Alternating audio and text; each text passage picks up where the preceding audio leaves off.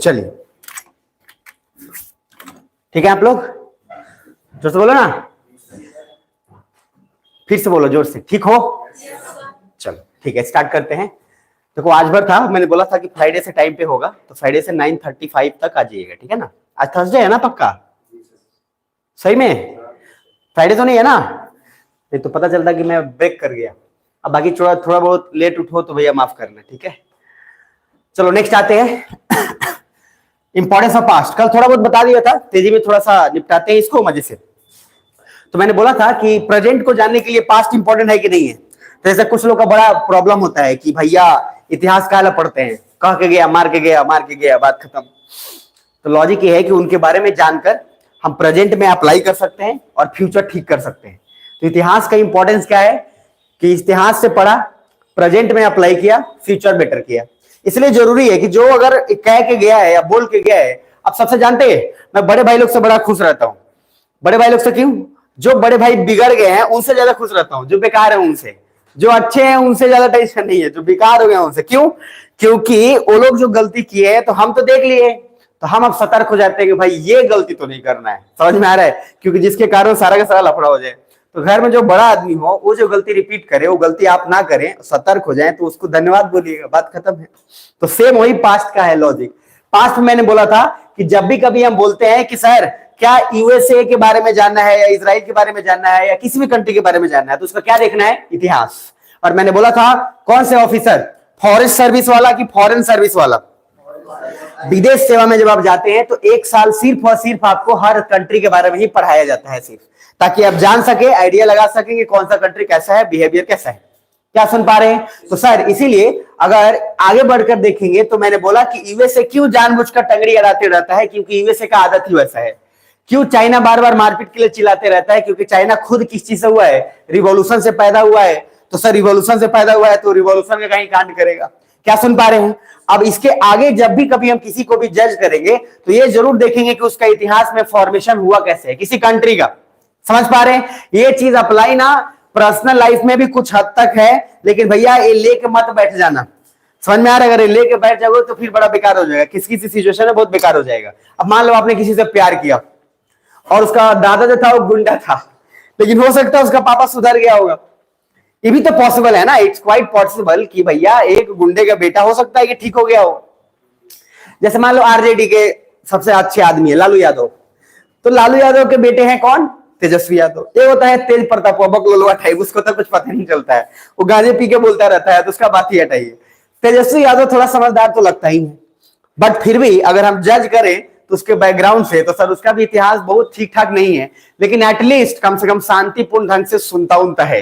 समझ पा रहे हैं? तो लॉजिक है कि सुधर तो सकता है, चांसेस है, भले 1% हो लेकिन है जरूर। ज्यादा चांसेस यही है कि सर वो गुंडा है, चोर है, तो उसका असर उस पर पड़ ही जाएगा, और वो पड़ेगा तो फिर थोड़ा बहुत करेगा। ये खीरा चोराएगा तो हीरा चोराएगा, मतलब जो चीजें है वो चेंज हो सकता है। तो लॉजिक ओवरऑल ये है कि पास्ट बहुत दिमाग में रखिएगा। और इसलिए शादी समय जन्म पत्री, जन्म कुंडली मैंने बार बोला देखा जाता है कि नाना के नाना के दादा के परदादा के छह नाना के सब का बताइए कि क्या था, क्या इतिहास था। उसमें बहुत सारी चीजें पता चल जाती है। भैया शादी में बड़ा लोचा है, इतना ज्यादा लोचा कहीं नहीं होता है, उतना तो आईएएस के इंटरव्यू में सवाल नहीं पूछा जाता जितना शादी वाला पूछता है। ऊपर से आएगा अगुआ, वो ऐसा ऐसा सवाल लेके आता है। अगुआ कौन होता है? गांव का सबसे ठेठ आदमी, जो एकदम बेकार आदमी है ना, वही आता है अगुआ बन के, क्योंकि उसको कोई शर्म लाज नहीं है। वो जाते जाते सीधा पूछेगा एकदम बेशर्मी टाइप क्वेश्चन। इसीलिए अगुआ जो जाते हैं उसमें एक आदमी होता है बुजुर्ग जो संभालने वाला होता है, और एक आदमी जो होता है वो जो होता है वो बिल्कुल यंग टाइप होता है, और एक आदमी होता है बेरोजगार जो गांव का सबसे निठल्ला आदमी है, उसको लेके जाया जाता है। ये 3 आदमी होते हैं। अब ये निठल्ला जो होता है वही सबसे ज्यादा क्वेश्चन पूछेगा, ये सबसे ज्यादा नहीं पूछेगा, क्योंकि जो बुजुर्ग है वो देख के आइडिया लगा लेता है कि कितना पानी में लड़का बड़ा नहीं, दवाई का दुकान खोलिए कि मुर्गा का दुकान खोलिए, उनको आइडिया लग जाता है। तो समझ में आ रहा है? बाकी जो बोलने वाला है वो तो बोलते जाता है। अब जाते जाते पूछ रहा है, मान लो जो निठल्ला टाइप जाके पूछ रहा है आपके कोई गर्लफ्रेंड वर्लफ्रेंड है, आप बताइए। वो गया है शादी करने, निठल्ला टाइप उससे क्वेश्चन पूछा लड़के से, लड़का पलट के जवाब दे दिया, हो गया मारपीट। समझ पा रहे? अगुआ अगुए में रह गया। तो कुछ इस तरीके के भी होते हैं बिहार में। देखो इसलिए एग्जाम्पल कोऑर्डिनेट करने का दिमाग में रखिएगा। तो भैया किसी से मिलने जा रहे हैं तो उसका पास्ट एटलीस्ट थोड़ा आइडिया लगा लो, मतलब जब लाइफ में जा रहे हो तो। बाकी जब आप विदेश सेवा में बनोगे तो आपको तो ऐसे भी पूरे कंट्री का पढ़ना ही पड़ेगा इतिहास, नहीं पता है तो आप ही मारे जाएंगे। अगर आप ज्यादातर इमोशनल हो जाएंगे तो काम हो। इसलिए मैंने कल बोला था कि डिप्लोमैट्स के, राजदूत के कुछ सिद्धांत होते हैं जो दिया गया है नीति सार में, और बोला गया है कि वो एक्सपर्ट डिबेटर होना चाहिए, डिबेट जबरदस्त करने वाला होना चाहिए। दूसरा, उसके पास एलोकेंट मतलब भावपूर्ण या अर्थपूर्ण ढंग से जो है चीजों को समझ सके, या समझ भी सके समझा भी सके। उसके बाद तीसरा पॉइंट है शुड बी एलोकेंट, वही पॉइंट रिपीटेड है, शुड हैव गुड मेमोरी। मतलब शुड हैव गुड मेमोरी मतलब क्या, मैंने बोला याद रहना चाहिए कुछ चीजें का। मान लो जैसे कुछ बोल देता है नीतीश कुमार, पहले कुछ और बोले रहते हैं। मोदी जी को भी कभी कभी ध्यान नहीं रहता है कि पहले क्या बोले थे। अब बोल लेते हैं 2023 तक ये होगा, 2023 में आते हैं तो बोल लेते हैं 2047 तक होगा। तो सर उनको कभी कभी चीजें याद नहीं रहती हैं, बट आईएफएस को एक एक चीज याद रखना पड़ता है। Good have memory. Then have knowledge of psychology, psychology का नॉलेज होना चाहिए नहीं होना चाहिए, होना चाहिए। नेक्स्ट उसके बाद है शुड पोजेस गुड मेमोरी, ये पॉइंट रिपीटेड है। Should keep the plan secret, मैंने कल बोला था इसके बारे में बहुत लंबा चौड़ा, कुछ लोग बातें नहीं पचा पाते हैं, उनको खाली बोल दो सबको फैला देंगे पूरा गांव में। उनको खाली बोल के ही बोल देना, क्या बोल देना उनको, किसी से मत बताना बस, और वो आदमी देखिएगा शाम तक पूरा न्यूज फैल जाएगा, वो सबको बता देगा।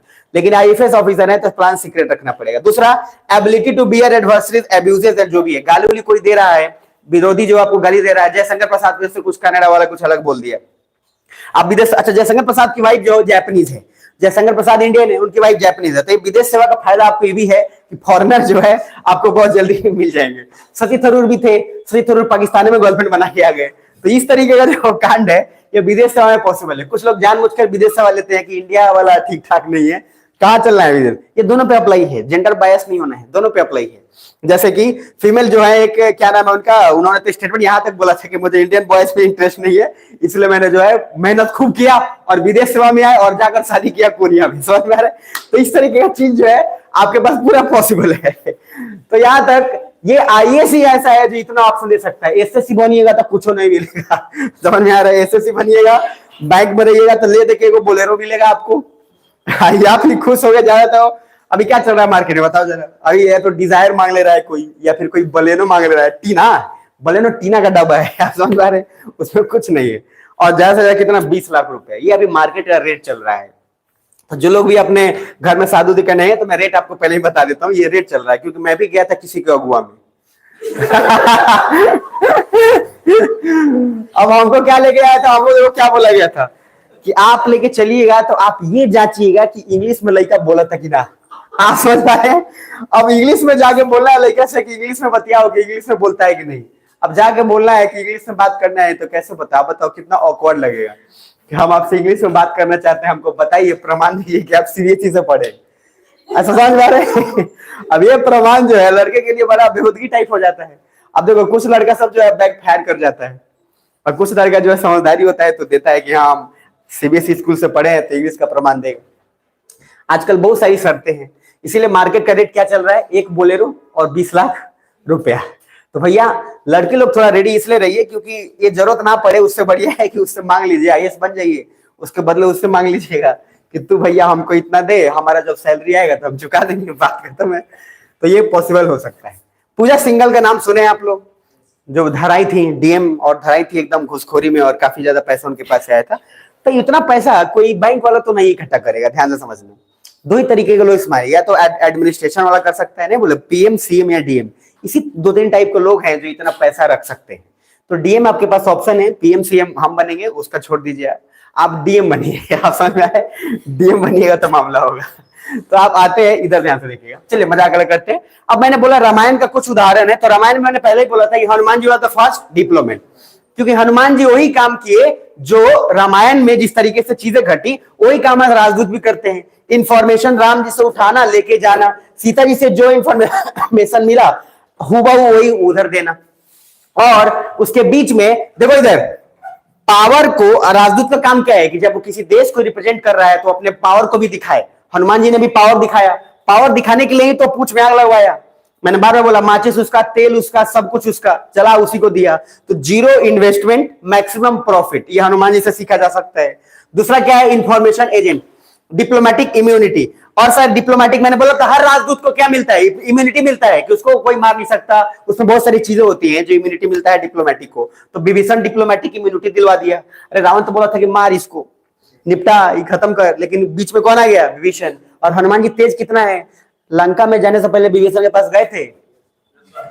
अरे बुझा रहा है? और जाके क्या बोले, हम तुलसी देखे इसीलिए आपके पास। अरे तुलसी तो बहाना है, आपको क्या चाहिए था? सेफगार्ड को चाहिए था कि जो हम भाई जो कांड करेंगे वो बचाने वाला कौन बीच में बोले। अरे विभीषण के पास क्या चल गए? अब बोलेगे क्योंकि राम जी के विभीषण भक्त है। अरे और भी लोग था भाई, लेकिन उनको पता था कि विभीषण जो है उसके अंदर जो हार्ट है, हार्ट दिल है, जो थोड़ा दिल है कि मानता नहीं वाला कांड है, तो पहले उसके पास गए, उसको सिक्योर किया, फिर तमाशा किया। और इम्यूनिटी में यही होता है, जब भी कोई राजदूत जाता है तो पहले एक बैकअप प्लान रखता है, और वो बैकअप प्लान रखता है कि अगर मैं ऐसा ऐसा करूंगा तो फिर इसमें इम्यूनिटी के लिए कौन अप्लाई करेगा, वो हमेशा रखेगा। इसका बेस्ट उदाहरण बहुत सारे मूवीज में भी दिया हुआ है, छोटे लेवल पे बड़े लेवल पे। तो लॉजिक क्या है? 5 से बस हम इतना सीख सकते हैं, और हनुमान और रामायण से सीख सकते हैं कि हनुमान जी फर्स्ट डिप्लोमेट है जिन्होंने पावर प्रोजेक्शन भी किया, डिप्लोमेटिक इम्यूनिटी भी लिया, इंफॉर्मेशन एजेंट की तरह काम भी किया।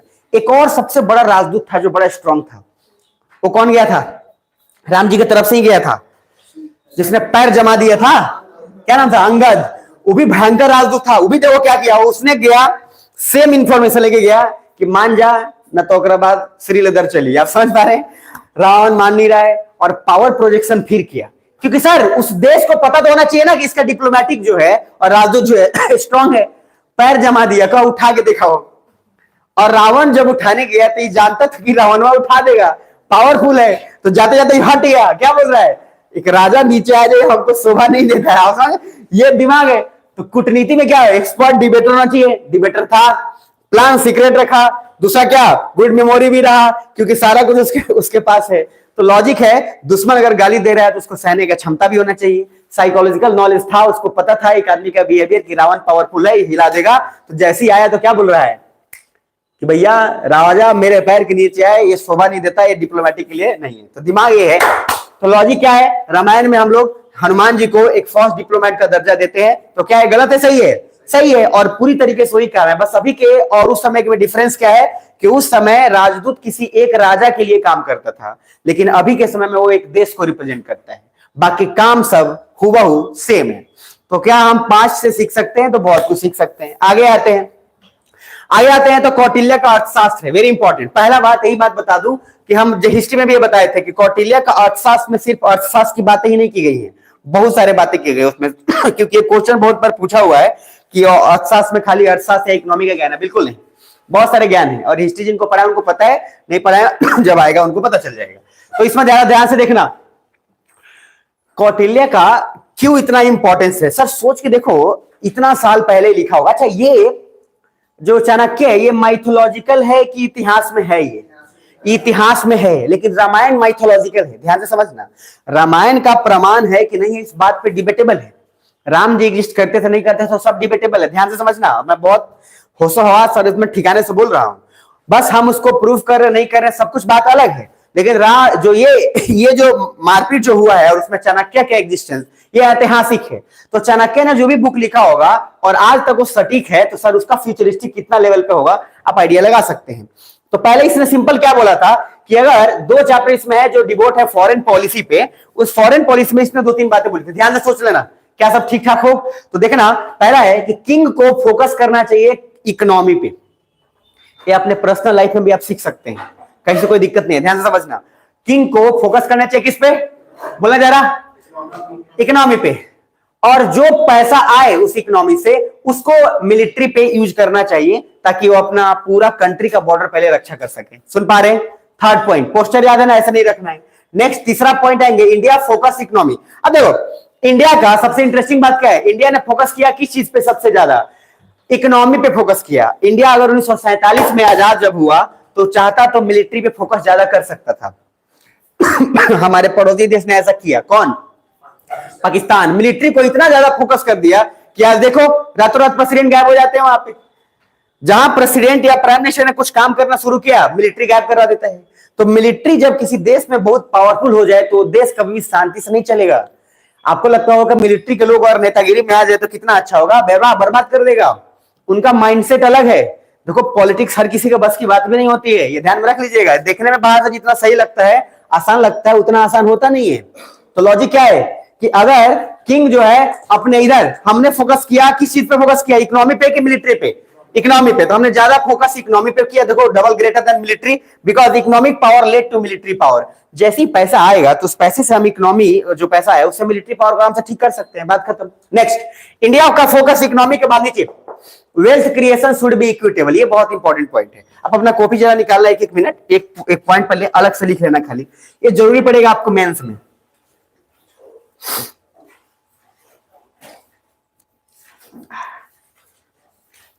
ये पॉइंट खाली लिख लेना सबसे फर्स्ट। कौटिल्य अर्थशास्त्र डालना हेडिंग, कौटिल्य अर्थशास्त्र, ये पॉइंट डाल लेना। मैं बता रहा हूं इस बार का मेंस पेपर में देख लेना 24 में होगा 110%।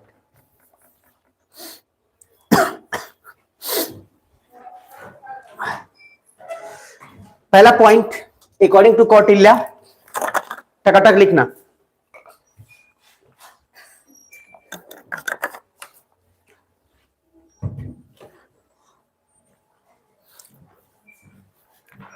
According to Kautilya first point लिखेगा, wealth creation should be wealth creation should be equitable in the society.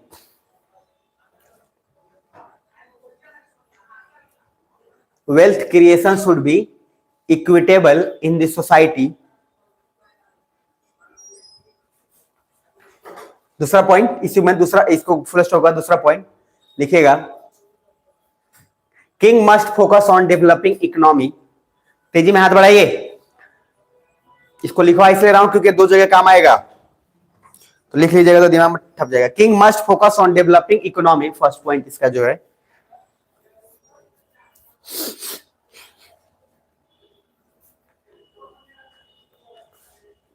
हो गया। थर्ड लिखिएगा, military power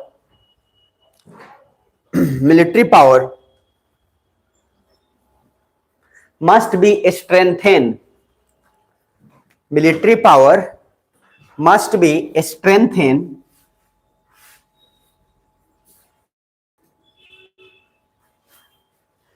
but economy should be greater than military. But economic should be greater than military. Then military power will automatically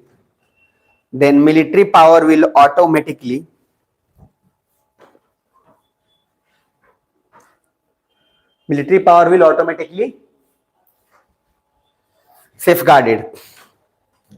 Military power will automatically safeguarded. चौथा point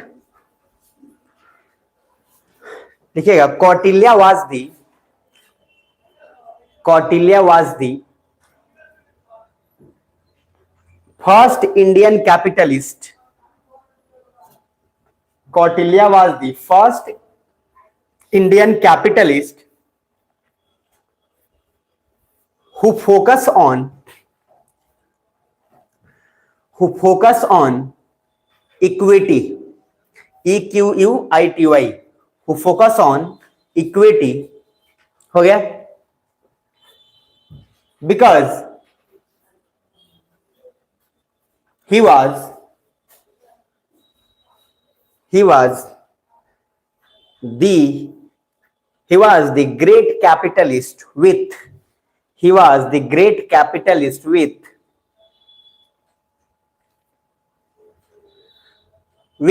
equitable resources, बराबर, with equitable resources,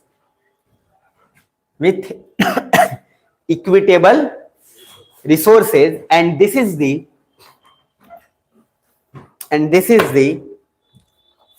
very unique and a special concept. And this is very unique and a special concept. जगह हो सब, ध्यान से देखो। कौटिल्य जो capitalist होगा उसका फोकस किस चीज पे होगा? पूंजीवाद का किस पे? प्रॉफिट पे। वो चाहता है हर चीज में क्या मिले, भैया जगह रहना। ये पॉइंट इंपॉर्टेंट है।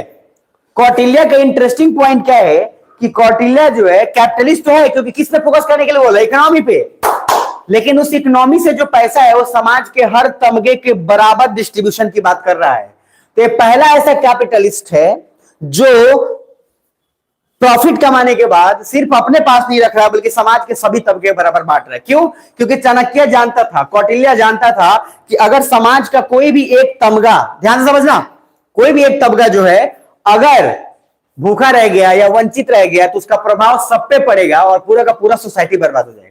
जैसे मान लो आप कमाए, आपके पास पैसा है, आपके घर के बगल में 10 लोग भूखे हैं, उसका प्रभाव फिर आप पे भी पड़ेगा। आप ये मत सोचिए कि आप ठीक ठाक रहिएगा। तो कौटिल्य का क्यों कॉन्सेप्ट यूनिक है, कैपिटलिस्ट होते हुए भी क्या है, वो सबको इक्विटेबल रिसोर्स के बराबर की बांटने की बात करता है। इसलिए ये पहली बार ऐसा देखा गया कि कैपिटलिस्ट होकर भी काम किया गया, और कहीं ना कहीं इससे बहुत लोग प्रभावित हैं। मैंने एक बार बोला था आपको मैंने बोला कि अमेरिका, जब पॉलिटी में पढ़ाऊंगा तो फिर बताऊंगा भी, अमेरिका कैपिटलिस्ट है कि कम्युनिस्ट? कैपिटलिस्ट। अरे है ना, तो अमेरिका अगर कैपिटलिस्ट है तो क्या अमेरिका में सिर्फ और सिर्फ कैपिटलिस्ट का भी काम होता है या कुछ सोशलिस्ट वाला भी काम होता होगा? सोशलिस्ट वाला भी काम होता है। तो इंटरेस्टिंग बात क्या है कि अगर आज के समय में हम बोले कि कोई कंट्री सिर्फ एक तरफ हो, ऐसा पॉसिबल नहीं है। कोई भी कंट्री या तो कैपिटलिस्ट है तो उसमें सोशलिस्ट का गुण भी होगा, अगर सोशलिस्ट है तो कैपिटलिस्ट का भी गुण होगा। सुन पा रहे हैं? लेकिन चाणक्य ऐसा कैपिटलिस्ट है जिसमें कुछ अलग ही फीचर दिखाई दिया, और उस समय दिखाई दिया जब सारे लोग अपने प्रॉफिट के पीछे और अपना एम्पायर बढ़ाने के पीछे भाग रहे थे। क्लियर है यहां तक? तो ये बहुत इंपॉर्टेंट पॉइंट है, दिमाग में रख लीजिएगा। अब यहाँ पे ए वाला जो सीक्वेंस है ये बनाने का क्या है कि अगर किसी का इकोनॉमी डेवलप करेगा, देखो मैंने बोला इकोनॉमी डेवलप करेगा, आपका घर का सोचो, ऐसे नाकामे निठल्ले लड़के जो कुछ काम नहीं कर रहे हैं अचानक से जॉब करने लगे, पैसा आने लगा, तो उनका धीरे धीरे मेंटल स्थिति भी ठीक हो जाता है और वो सबके अच्छे, मतलब सबसे अच्छे भी पेश आने लगते हैं। तो अगर इकोनॉमी डेवलप करेगा तो स्टेट का पावर राइज करेगा। देखो आप कितना, इंडिया कितना भी चिल्ला ले कि हम पावरफुल हैं, कुछ नहीं होगा। इंडिया को प्रूव करना पड़ेगा अपने जीडीपी बढ़ाकर, अपने आप को प्रॉफिटेबल करके। तो इकोनॉमिक पावर बढ़ेगा तो क्या पावर बढ़ेगा? State power. स्टेट पावर बढ़ेगा, मिलिट्री पावर उसका बढ़ेगा। मिलिट्री पावर जब बढ़ेगा तो क्या होगा? हैप्पियर पॉपुलेशन, क्योंकि इकोनॉमी डेवलप हुआ है ना। इकोनॉमी डेवलप होने से ये सारा कुछ हो रहा है। स्टेट पावर, अरे भैया आप खाना ही नहीं दोगे गरीब लोगों को तो कहां से खुश रहेगा? देन आगे उसके बाद अगर बढ़ेंगे, नेक्स्ट अब अगर बढ़ेंगे तो उसमें क्या आपको आएगा? हैप्पियर पॉपुलेशन के बाद भाग गया। हैप्पियर पॉपुलेशन के बाद क्या है sir? No impact by the adversaries, and दूसरा है स्टेबल सोसाइटी। आप मुझे बताओ, आपके घर में अगर पैसा है, सब खुश है ना, तो बाहर कोई चढ़ाएगा तो नहीं मानेगा। लेकिन आपके घर में भाई चार हैं, ध्यान समझना, और चारों भाई हैं और कोई बात चढ़ा दिया, कमा नहीं रहा है कोनो, चढ़ा दिया कि तो और भैया ना तो रगे दी, हिस्सों में ना दी तो रगे, अब वो चढ़ गया। तो इसलिए सर अगर इकोनॉमी किसी देश का अच्छा होता है तो बाहर से कोई लोग हस्तक्षेप भी करेगा तो नहीं होगा।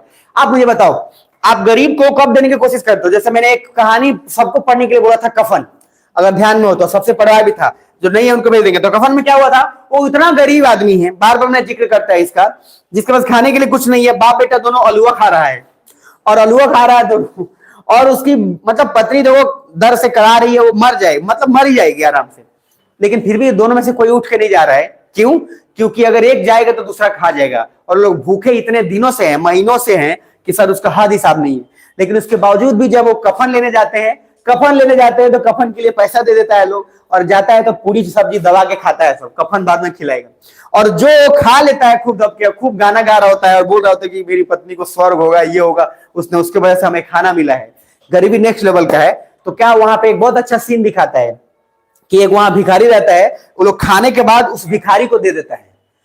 तो लॉजिक क्या है कि जब इंसान का खुद का पेट भरा हुआ रहता है ना तो दूसरे को जरूर देगा, ये नियम है। जब आपका खुद का पेट ही नहीं भरा हुआ है ना तो आप जल्दी दूसरे को देने की कोशिश नहीं करेंगे। जैसे आपके पास नया कपड़ा आ गया तो आप पुराने कपड़े को जरूर देने की कोशिश करेंगे, अगर आपके पास नहीं है तो आप फटल में चिट्ठी मार मार के वही पहनेंगे, अगर नहीं है तो, लेकिन अगर है तो आप देने की कोशिश करेंगे। तो ये नियम है। इसलिए क्या है, अगर देना चाहते हो तो अपने आप को थोड़ा सा स्थापित करो। बहुत लोग ऐसे होते हैं कि अपना एग्जिस्टेंस भूल जाते हैं, उनको आइडिया ही नहीं, मतलब वो अपना किसी भी तरह से रह लेंगे। अब गांधी जी टाइप आदमी तो बहुत कम ना होगा, जो सर क्या है टेंशन फ्री रहता है, बिना आराम से बिना कपड़ा का ही है, बस लपेट लिया इधर से उधर, तो वो बहुत कम लोग होते हैं जो इतना लेवल पर कंट्रोल कर पाते हैं। तो अगर आप किसी को देना चाहते हैं तो बेहतर ये है कि आप अपने आप को समृद्ध बनाइएगा, तो आप अपने आप देने लग जाइएगा। अब जिसको खुद चैरिटी का जरूरत है वो क्या चैरिटी करेगा? समझ पा रहे हैं? अब कुछ लोग बोलेंगे चैरिटी के लिए, मैं मतलब मेरे से बहुत लोग पैसा, अभी पता नहीं अभी क्या सीन चला हुआ और क्या नहीं बोल रहा हूं, बहुत लोग पैसा मांग रहे हैं। जब पैसा अभी इतने सारे लोग अलग अलग ढंग से मांग रहे हैं और बहुत सालों सालों के बाद फोन आ रहा है। जो आदमी सोचो 10 साल तक गायब है और 10 साल के बाद 11वें 12वें साल, तो 2013-14 में जो 10th में था, 11th में मेरे साथ था, वो उसके बाद है कभी कॉल करता है और पैसा के लिए कॉल करता है कि भाई बहुत मजबूरी और सिचुएशन है, और मैं जैसे तैसे मैं भी कर्जा लेके उसको दे देता हूं। अब ध्यान से समझो कि इतने सालों के बाद सब पैसा मांगते मांगते आ रहे हैं। अगर आपके पास पैसा नहीं रहेगा तो मैं चाहता हूं कि आपके पास इतना पैसा हो कि सबको दो, मतलब देते चलो, इतना मना के चलो कि भगवान करे कि सब मांगते रहे आपसे, आप देते चलो। अगर ऐसा सिचुएशन है तो ठीक है, और कहीं अगर नहीं है ऐसा तो सर अपने आप को बनाने की कोशिश करो, क्योंकि कोई भी बन सकता है। समय आपका है, आपका भी टाइम आता है। उस टाइम को कैसे भुना, इस दुनिया में हर कोई का जन्म सक्सेसफुल होने के लिए हुआ है, बात मान के रख लो। बस आपको लगातार रहना पड़ेगा। अगर आप लगातार नहीं रहोगे तो फेलियर रहोगे। तो आगे चलते हैं और यहां से जीवन का नाम लेते हैं। तो मैंने 3-4 चीज बताया, ध्यान से समझो। इंपॉर्टेंस ऑफ पास्ट, क्या इंपॉर्टेंट है या नहीं है? बिल्कुल है। रामायण से हमने को सीखने को बहुत सारा मिला, जिसमें Hanuman ji the first diplomat. Then उसके बाद हमने नीतिसार से सीखा कि एक आईएफएस या राजदूत के पास क्या क्या कैरेक्टर्स होना चाहिए, और उसके बाद हमने सीखा क्या कि भैया अगर कौटिल्य के अर्थशास्त्र के अकॉर्डिंग सीखे तो क्या होना चाहिए। क्लियर है यहां तक? अब यहां से शुरू होता है अफगानिस्तान, और यहां से जीवन का शुरू होता है। तो हेडिंग डाल दीजिएगा अफगानिस्तान। बहुत लोग का छूटा हुआ था, बहुत लोग का नहीं, तो हम जहां पे आना चाहते तो वहां आ चुके हैं, और मामला बढ़ेगा तेजी में। ठीक है, सुन पा रहे हो? सुनते रहना। क्या बोर हो रहे हैं आप लोग? रेडी रहा करो, रेडी रहा करो, ऐसे मत महसूस कराया करो कि सर बोर हो रहे हैं। तो अगर ऐसा महसूस आपको हो बोर हो रहे हैं तो आप, मैंने बार बार बोला है, पढ़ लेना। ठीक है, चलो, क्योंकि लाइफ में जो है रूटीन आपका बोरियत हर दिन वही होगा। धोनी को जानते हैं ना? धोनी को कौन नहीं जानता है? अब जो नहीं जानता है वो बेवकूफी होगा। धोनी क्या बोलता है कि मेरा रूटीन बड़ा बोरियत है। सुबह उठता हूं, फिर जाता हूं, दौड़ता हूं, खेलता हूं, फिर आता हूं, फिर ये करता हूं, फिर पढ़ता हूं, फिर खेलता हूं। ये भाई हर दिन बोरियत है। आपको कोई ऐसा दिन नहीं मन करेगा, मतलब साल में एक दिन तो मन करता है जहां लगता है कि आज खूब पढ़ती हूं पसंद से। वो गधा हो, चाहे नकारा, निकम्मा, कमबख्त कितना भी हो, उसको भी साल में एक दिन पढ़ने का मन अवश्य करेगा। और उस दिन पूरा ब्रह्मांड जो है ताकत लगा देगा कि आज तो तेरे को पढ़ने नहीं देंगे। ध्यान समझना, वो खूब पढ़ने की कोशिश करेगा और वो आपके पास आएगा भी। ए देखे तनी कथी के किताब हमर तू बड़ा पढ़ल, हम लोग साल में एक दिन उसको मन करेगा, हर दिन मन करेगा। और आपको क्या है, हर दिन मन करेगा, आज नहीं जाते हैं, आज छोड़ देते हैं, आज रजाई नहीं हटाएंगे, आज कमर तानिए कर उठबे नहीं करेंगे, 10 बजे उठेंगे, उसके बाद खा के भकुआइले फिर सूत जाएंगे। ध्यान समझिए। मतलब कुछ लोग का ये भी होता है, भाई आप उठ सकते हैं, आप उठना चाहते नहीं इसलिए नहीं उठ रहे हैं। उसके बाद जब पापा का चलता है ना, और उसके बाद जो श्री लेदर और इसे बताओ, उसके बाद आप जो उठेंगे वो अलग लेवल पर उठेंगे, पापा का चाहे मम्मी का। तो लेकिन इंटरेस्टिंग बात क्या है, बहुत लोग आज जैसे होता है ना, देखिए आप लोगों में से बहुत सारे ऐसे लोग हैं जो एकदम आज सोच ही लेते हैं कि कल नहीं जाना है, कल दिन भर सुतना है। वो पहले से प्रिपेयर्ड है, एकदम मेंटली प्रिपेयर्ड है, कल चाहे जो हो जाए सोना है तो सोना है, बात खत्म। समझ पा रहे? और ये जो मानसिकता है, ये मानसिकता बड़ा डेंजरस है, और ये डेंजरस आपको बर्बाद करेगा। तो कभी कभार आप ऐसा कर सकते हैं, लेकिन अगर हर दिन आप उठे ना तो हर दिन आपको मन करेगा आज नहीं जाते हैं, आज छोड़ देते हैं, हर दिन ऐसा ही मन करेगा। और जिस दिन आप पढ़ लेंगे उस दिन मजा इतना आएगा कि लगेगा ठीक हुआ आगे। तो यही फर्क है कि रूटीन बोरियत है, लेकिन वो लगातार होना चाहिए। अगर वो लगातार नहीं है तो मामला बेकार है। समझ में आ रहा है? अब छठ में जैसे 6-7-10 दिन गैप ले लीजिएगा, तो गैप लेने के बाद क्या होगा, आपको पढ़ने का ही मन नहीं करेगा, आपको लगेगा आप बेकार जा रहे हैं, नहीं जा रहे, छोड़ देते हैं, ऐसा लगेगा। इसीलिए जब आप पढ़ने लग जाएंगे तो फिर सारी चीजें ठीक हो जाएगी। अब आते हैं अफगानिस्तान पे, ध्यान से समझना। अफगानिस्तान, पहली बात, अफगानिस्तान का राजधानी बताओ। काबुली। काबुली चाइना पहले भी बोला था, तो ध्यान से समझना। पहला, अगर हम इंडिया इन अफगानिस्तान बोले तो इसमें 2 ईयर है, एक बार कॉपी में खाली लिख लेना, कुछ कुछ पॉइंट्स अलग से कर लेंगे, लिख लेना। India in Afghanistan from 1979 to 2001, क्योंकि ये जो मैं बता रहा हूं यहां पे, ये इसके अलावा अफगानिस्तान का डिटेल्ड नेक्स्ट टॉपिक में आएगा। यहां पे जो बता रहे हैं ये हम शॉर्टकट बता रहे हैं, और फिर इसके बाद इसका डिटेलिंग होगा, जहां पे पूरा तालिबान से लेकर सबके बारे में हम वहां पे जानने की कोशिश करेंगे। क्लियर है? जय हो सब, प्रमाण दो जोर से, यस और नो। तो एग्जैक्टली जब ध्यान से देखोगे तो मजा आएगा। सबसे फर्स्ट कि सर अफगानिस्तान पहले बात शांति देश है कि मारकाट होते रहते हैं? तो अफगानिस्तान एक वार टॉर्न कंट्री है, और मैंने बोला जिस देश में खूब लड़ाई होता है उस देश का डेवलपमेंट बहुत आगे जाएगा, इसका गारंटी बड़ा कम है। ध्यान से समझिए, इसीलिए शांति जिस देश में है, सिमिलरली जिस घर में है, वहां पे बहुत डेवलपमेंट हो जाएगा। जहां हर दिन मारकाट होता हो, हर दिन बोरा के लिए मारपीट हो रहा हो, कभी बाल्टी के लिए, कभी बाल्टी मग के लिए, तो इस तरीके का जो मामला है वो बेकार हो जाएगा। दूसरा पॉइंट, अफगानिस्तान का लोकेशन बड़ा इंपॉर्टेंट है। पहला बात, क्यों इंपॉर्टेंट है? जियो पॉलिटिकली, लोकेशन वाइज या रिसोर्स वाइज? Location wise. तो जियो पॉलिटिकली अगर बात करते हैं लोकेशन वाइज, तो अफगानिस्तान से सेंट्रल एशिया जाने का रास्ता, इंडिया भी तो अफगानिस्तान में जाना चाहता है। कहा जाना चाहता है? अफगानिस्तान दिख रहा है इसमें कहीं? तो सर अगर ये मान लो इंडिया ही अफगानिस्तान दिख रहा है, इंडिया को बेचारा ईरान से होते हुए अफगानिस्तान जाना पड़ता है, क्योंकि बगल में हमारा प्यारा दोस्त है कौन? पाकिस्तान, जो हमको रास्ता दे देता है आराम से। समझ में आ रहा है? तो इंडिया अफगानिस्तान के इधर पहुंचने के लिए ईरान का सहारा लेता है। अफगानिस्तान से देखो, यहाँ एक बार जो भी कंट्री अफगानिस्तान पहुंच गया, मार्केट उसका, वो आराम से अफगानिस्तान में जो है तुर्कमेनिस्तान, उज्बेकिस्तान, कजाकिस्तान, फिर रसिया, यानी कि वो पूरा का पूरा सेंट्रल एशिया प्लस रसिया सबको कवर अप कर सकते हैं। तो मार्केट बड़ा है कि छोटा है? बड़ा है। अब जैसे आपने बिजनेस एक ऐसे जगह पे किया जहां से रक्सौल भी कवर हो गया, जहां से बेतिया भी कवर हो गया, मोतिहारी कवर हो गया, समझ में आ रहा है? वैसे ही नेपाल में घुस गए उधर, तो कुछ वैसे पॉइंट पे आपने अपना दुकान खोला जहां से सारा एरिया कवर अप हो गया।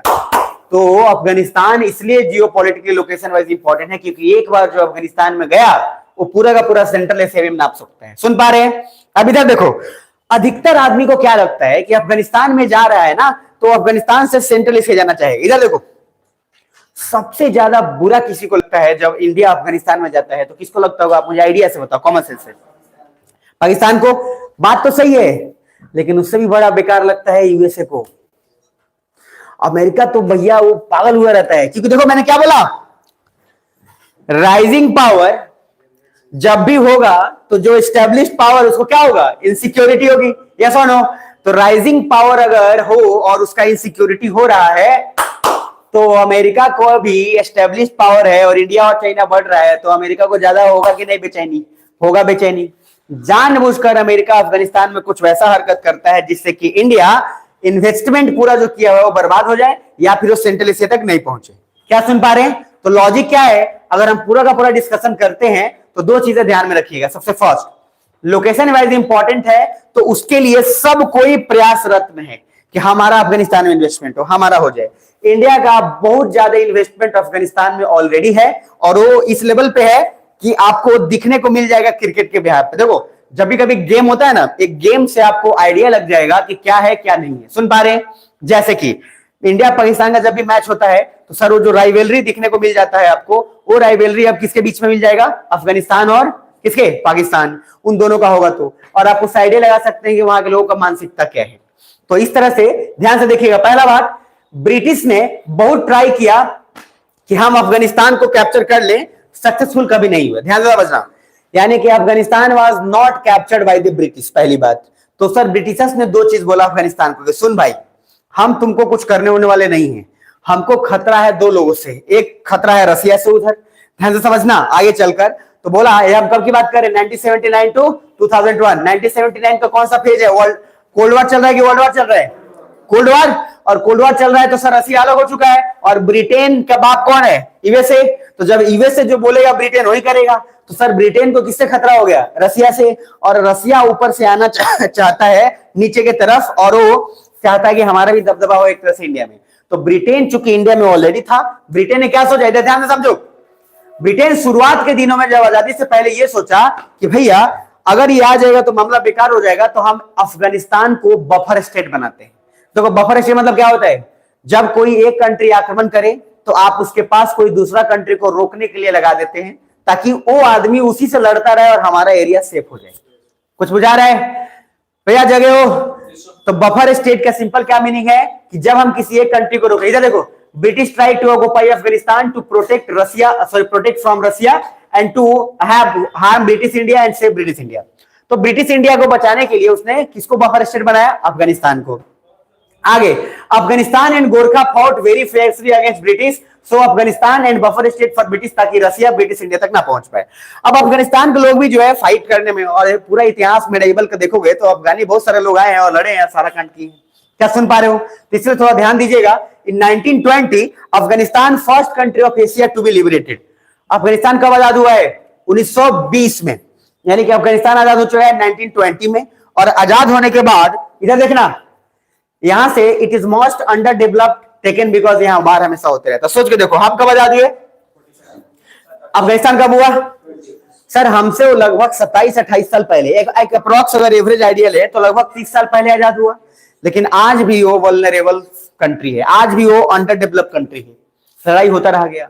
उसके बाद सर 1917 रशियन रिवॉल्यूशन हो रहा था और अफगानिस्तान जो है कहीं इससे प्रभावित हो रहा था। सो इधर अफगानिस्तान और रसिया ज्यादा दूर है नहीं। अगर अफगानिस्तान में लड़ाई हो रहा है या अफगानिस्तान लड़ रहा है तो रसिया का क्या है? रसिया भी तो चाहेगा कि भैया ये भी कम्युनिस्ट बने, क्योंकि सर ऑलरेडी वो भी चाहेगा कि हमारा जो है वर्चस्व बढ़ता रहे। अफगानिस्तान कहीं ना कहीं दो तरह से रसिया से ज्यादा प्रभावित हो गया, क्योंकि वहां पे रिवॉल्यूशन चल ही रहा था। सुन पा रहे हैं?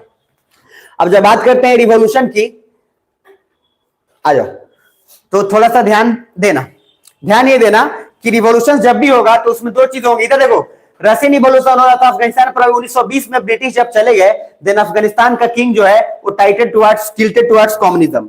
जब ब्रिटेन वहां से निकल गया कि भैया आप चलो तुम अफगानिस्तान वाले अपने रहो, तो सर ये लोग किसके तरफ झुकाव किए? कम्युनिज्म की तरफ। आगे देखना, लेकिन वर्ल्ड वॉर 2 के बाद दो कांड हुआ। World entered into cold war and Afghanistan remained red, क्योंकि अफगानिस्तान जो है थोड़ा सा कम्युनिज्म की तरफ झुकाव रखा। अब मुझे बताओ, अगर चाइना बगल में है रसिया के, तो रसिया से ज्यादा प्रभावित होगा कि अमेरिका से ज्यादा प्रभावित होगा? रसिया से ज्यादा प्रभावित होगा, सिंपल सी बात है। तो सर ये 1920 के बाद भी, चूंकि 1920 में ब्रिटिश बोले कि भैया तुम शासन करो, हम जा रहे हैं, आजाद हो गए, तो ब्रिटिशर्स जब चले गए तो रसिया जो है कहीं ना कहीं अभी भी डोमिनेट कर ही रहा था। कहां? अफगानिस्तान में। तो आप मुझे बताओ, अभी भी कम्युनिज्म का झंडा ज्यादा बुलंद है कि कैपिटलिस्ट का? कम्युनिज्म का। अब जरा नीचे आएंगे तो सर 1970 के बाद दो कांड हुए, यहां ध्यान से समझना। पहला, पाकिस्तान भड़काने लगा अफगानिस्तान के लोगों को कि कम्युनिस्ट लोग जो होते हैं वो भगवान पे भरोसा नहीं करते हैं। ध्यान से समझना, कम्युनिस्ट गॉड में बिलीव नहीं करते हैं, और तुम लोग जो हो एक इस्लाम कंट्री हो, अल्लाह के बंदे हो, अल्लाह के नुमाइंदे हो, तो तुमको जो है कैसे कम्युनिस्ट पसंद आ रहा है पता नहीं। तो उन्होंने भड़काना शुरू किया। यहाँ जब भी शुरू से मुस्लिम ही रहे तो फिर कम्युनिस्ट कैसे? इसलिए इस्लामिस्ट भड़क गए और उन्होंने जो है कम्युनिस्ट के खिलाफ युद्ध शुरू कर दिया। भड़काने का ही तरीका होता है, दूसरा क्या तरीका है? एक तरफ कम्युनिस्ट था, बेचारा कम्युनिस्ट डेवलपमेंट की बात भी कर रहा था, लेकिन सर जिसको राजनीति करना है वो क्या करेगा? जो गवर्नमेंट जो सपोर्ट में काम कर रहा है उसका अगेंस्ट में अपोजिशन काम करेगा। अरे नामी अपोजिशन है, जो बोले अपोज करो, बात खत्म। अब सर जैसे कुछ उधर मोदी जी करेंगे, राहुल गांधी तो कुछ टिमटमा जाएगा, वो बोलेगा कि मोदी जी पनौती हैं गए थे वर्ल्ड कप में इसलिए इंडिया हार गया। आप समझ पा रहे हैं? कुछ लोग भी बात मान रहे हैं कि मोदी जी जब सब जाते हैं, जितनी बार वर्ल्ड कप देखने गए उतनी बार इंडिया हार गया है, तो इसका मतलब क्या है? वो पनौती हो गए। आप समझ में आ रहे हैं? अब ये जो इस तरीके का जो कांड है, ये नेता में और ये जो पॉलिटिशियंस में चलता रहता है, ये तो चलेगा ही चलेगा, आम बात है। अब ऐसे ऐसे डेटा फिगर निकाल के लिखाओगे तो सब बर्बाद होना है। तो लॉजिक क्या है कि अपोजिशन का काम क्या है? सपोर्ट करना कि अपोज करना? अरे भैया दोनों काम करना, पहले समझ लेना, अपोज भी सपोर्ट भी। जो काम अच्छा हो उसको सपोर्ट करो। अब अपोजिशन में जैसे मान लो ट्रिपल तलाक आया, बेकार बात था, ट्रिपल तलाक दिमाग में हमेशा रहता है, बेकार बात था, मतलब ट्रिपल तलाक को जो सुधारा गया अच्छी बात हुई। अब उसमें भी कोई विरोध कर रहा है, तो उसमें विरोध कर रहा है तो सर ये जो है बेवकूफाना हरकत है, क्योंकि उसको एक इंसानियत के नाते, अब मान लो प्रधानमंत्री नरेगा योजना आया, अब उसमें विरोध कर रहा है कि नहीं नहीं नहीं रहेगा, नहीं रहेगा, प्रधानमंत्री नरेगा नहीं रहेगा। अब इस तरीके के जो कांड है ये तो काम बेकार है, क्योंकि सर नरेगा की वजह से बहुत लोग जिंदा हुए। तो जब चीजें अच्छी हो तो उसको सपोर्ट करनी चाहिए, जब बेकार हो तो अपोज करनी चाहिए। और कुछ देश ऐसे हैं जहां पे अपोजिशन और रूलर पार्टी दोनों मिलके कुछ ऐसे ऐसे फैसले लिए इतने जबरदस्त कि पूरा देश का भला हो गया। और हमारे यहाँ भला कम और यहाँ सिर्फ राजनीति ज्यादा होती है, लेकिन अभी धीरे धीरे सुधार हो रहा है। अब आइएगा जरा नेक्स्ट। तो सर इधर फिर से एक बार बोल दे रहा हूं, अफगानिस्तान शांति की वार टॉर्न कंट्री, वार टॉर्न कंट्री। अफगानिस्तान के अंदर पहले मैंने बोला कि सर कम्युनिज्म का प्रभाव बढ़ रहा था, 1920 में आजाद हो गया, ब्रिटिशर्स चले गए, फिर भी कम्युनिस्ट रहे, फिर उसके बाद भड़काना शुरू किया। अब आप मुझे बताओ भड़काया कौन होगा? कि कम्युनिस्ट भगवान पे भरोसा नहीं करते हैं, तुमको बर्बाद कर देगा, तुम इस्लामिस्ट कंट्री हो, तुम मुस्लिम देश हो, तुम कैसे ही कम्युनिस्ट को यहां रहने दे रहे हो? कौन भड़काया होगा? तो जाहिर सी बात है यूएसए का दिमाग इतना तेज है कि सर वो अगर डायरेक्टली नहीं करेगा तो इनडायरेक्टली ही करता है, और कभी भी वो बीच में जो है तब पड़ेगा। देखो जब भी कभी यूएसए लड़ा है वो पहले किसी दूसरे को भेजा है। अब जैसे यूक्रेन का युद्ध चल रहा है तो पहले भेजा नाटो को, ब्रिटेन को बोला जाएगा तू बतिया, बेटा को भेजा कि संभाल। उस तरह से इजराइल वाला उधर चल रहा था, इजराइल चल रहा था तो कुछ बोला उला, ये मिल के आया, उसके तुरंत बाद फिर ब्रिटेन भी गया, जाकर बात किया। तो लॉजिक ये है कि सर ओवरऑल सबसे ज्यादा बुरा किसको लगा होगा, तो वो है कौन, यूएसए। और यूएसए ने यहां कांड खेलना शुरू कर दिया। अब देखो 1970 से 80 के बीच में इस्लामिस्ट वो लोग थे जो कि किंग से अपसेट थे। क्यों अपसेट थे किंग से? बिकॉज किंग जो है वो बिलीव करता था कि religion should be separated from politics. और ध्यान रखो यूरोप पढ़ाया था तब क्या बोला था कि रिलीजन जब जब सेपरेट होगा पॉलिटिक्स से तब तब कंट्री ज्यादा डेवलप करेगा। अगर रिलीजन और पॉलिटिक्स दोनों साथ साथ चलेगा तो डेवलपमेंट नहीं होगा, क्योंकि जब कुछ करना चाहेगा तब अड़ंगा आ जाएगा। बार बार बाबा लोगों का कुछ काम नहीं होता है, ये बोलेगा तृतीय पक्ष का शुक्ल नवमी के दिन ये काम नहीं होना चाहिए। अब बताइए, अब इतना ना वो लेके आएगा आडम्बर के, वैसे कोई काम नहीं होगा। बहुत लोग बोलते हैं मंगलवार को गेहूं नहीं बोना चाहिए, फिर बोलेंगे कि बिफे को ये नहीं करना चाहिए, फिर बिफे को नहीं करना चाहिए। तो ये सब जो चीजें हैं भैया डेवलपमेंट का काम है, खुशी का काम है। गेहूं रोपोगे जल्दी होगा, बच्चे शायद जितना परिवार अनाज खाएगा तंदुरुस्त रहेगा। तो मंगलवार को नहीं रोपेंगे तो बृहस्पति को नहीं रोकेंगे। ये कांड कहां से आया? ये ब्रिटिशर्स का देन है। क्योंकि जब इंसान बोला जाता था कि हम रोपेंगे, पैसा नहीं मिलता था, इसकी वजह से वो लोग बहाना मार के इंसान को जस्टिफाई भी तो करना है ना। अरे जब कोई इंसान हार जाए और जब उसको जस्टिफाई करना हो, हम आईएएस नहीं निकाल पाए तो क्या बोलेगा? कुछ ना कुछ तो जस्टिफिकेशन चाहिए। इस दुनिया का ऐसा कोई माई का लाली नहीं है जो पूरे शिद्दत से, पूरी नियत से मेहनत किया हो और उसको आईएएस ना मिले। कौन से सोचा आपको क्या चाहिए? कपड़ा। आपको जो कपड़ा पूरा पसंद आ जाता है, आप पूरा जान लगा देते हैं और वो कपड़ा एक दिन आपके पास होता है। आपके पास वो जूते होते हैं जो आपने पसंद किया, आपके पास वो टीवी होता है जो आपने पसंद किया, वो मोबाइल होता है जो आप, अरे पापा मम्मी से लड़ जाते हो, यार आप खाना नहीं खाओगे, हमको चाहिए वो बड़ा फोन, आप ले लेते हो। लेकिन जब आईएएस की बात आती है तो कोई बात नहीं, आईएएस नहीं होगा तब भी चलेगा, चपरासी को कर लेंगे, तो इसलिए आपको ही मिलेगा। सीधी सी बात है। अगर इस दुनिया में आप फेलियर हुए हैं तो उसके मात्र जिम्मेदार सिर्फ आप हैं, ना आपका जेनेटिक्स कुछ जिम्मेदार है, कुछ नहीं। क्योंकि सिर्फ आपके शिद्दत पे डिपेंड करता है कि कोई चीज कितना इंपॉर्टेंट है, और कुछ नहीं।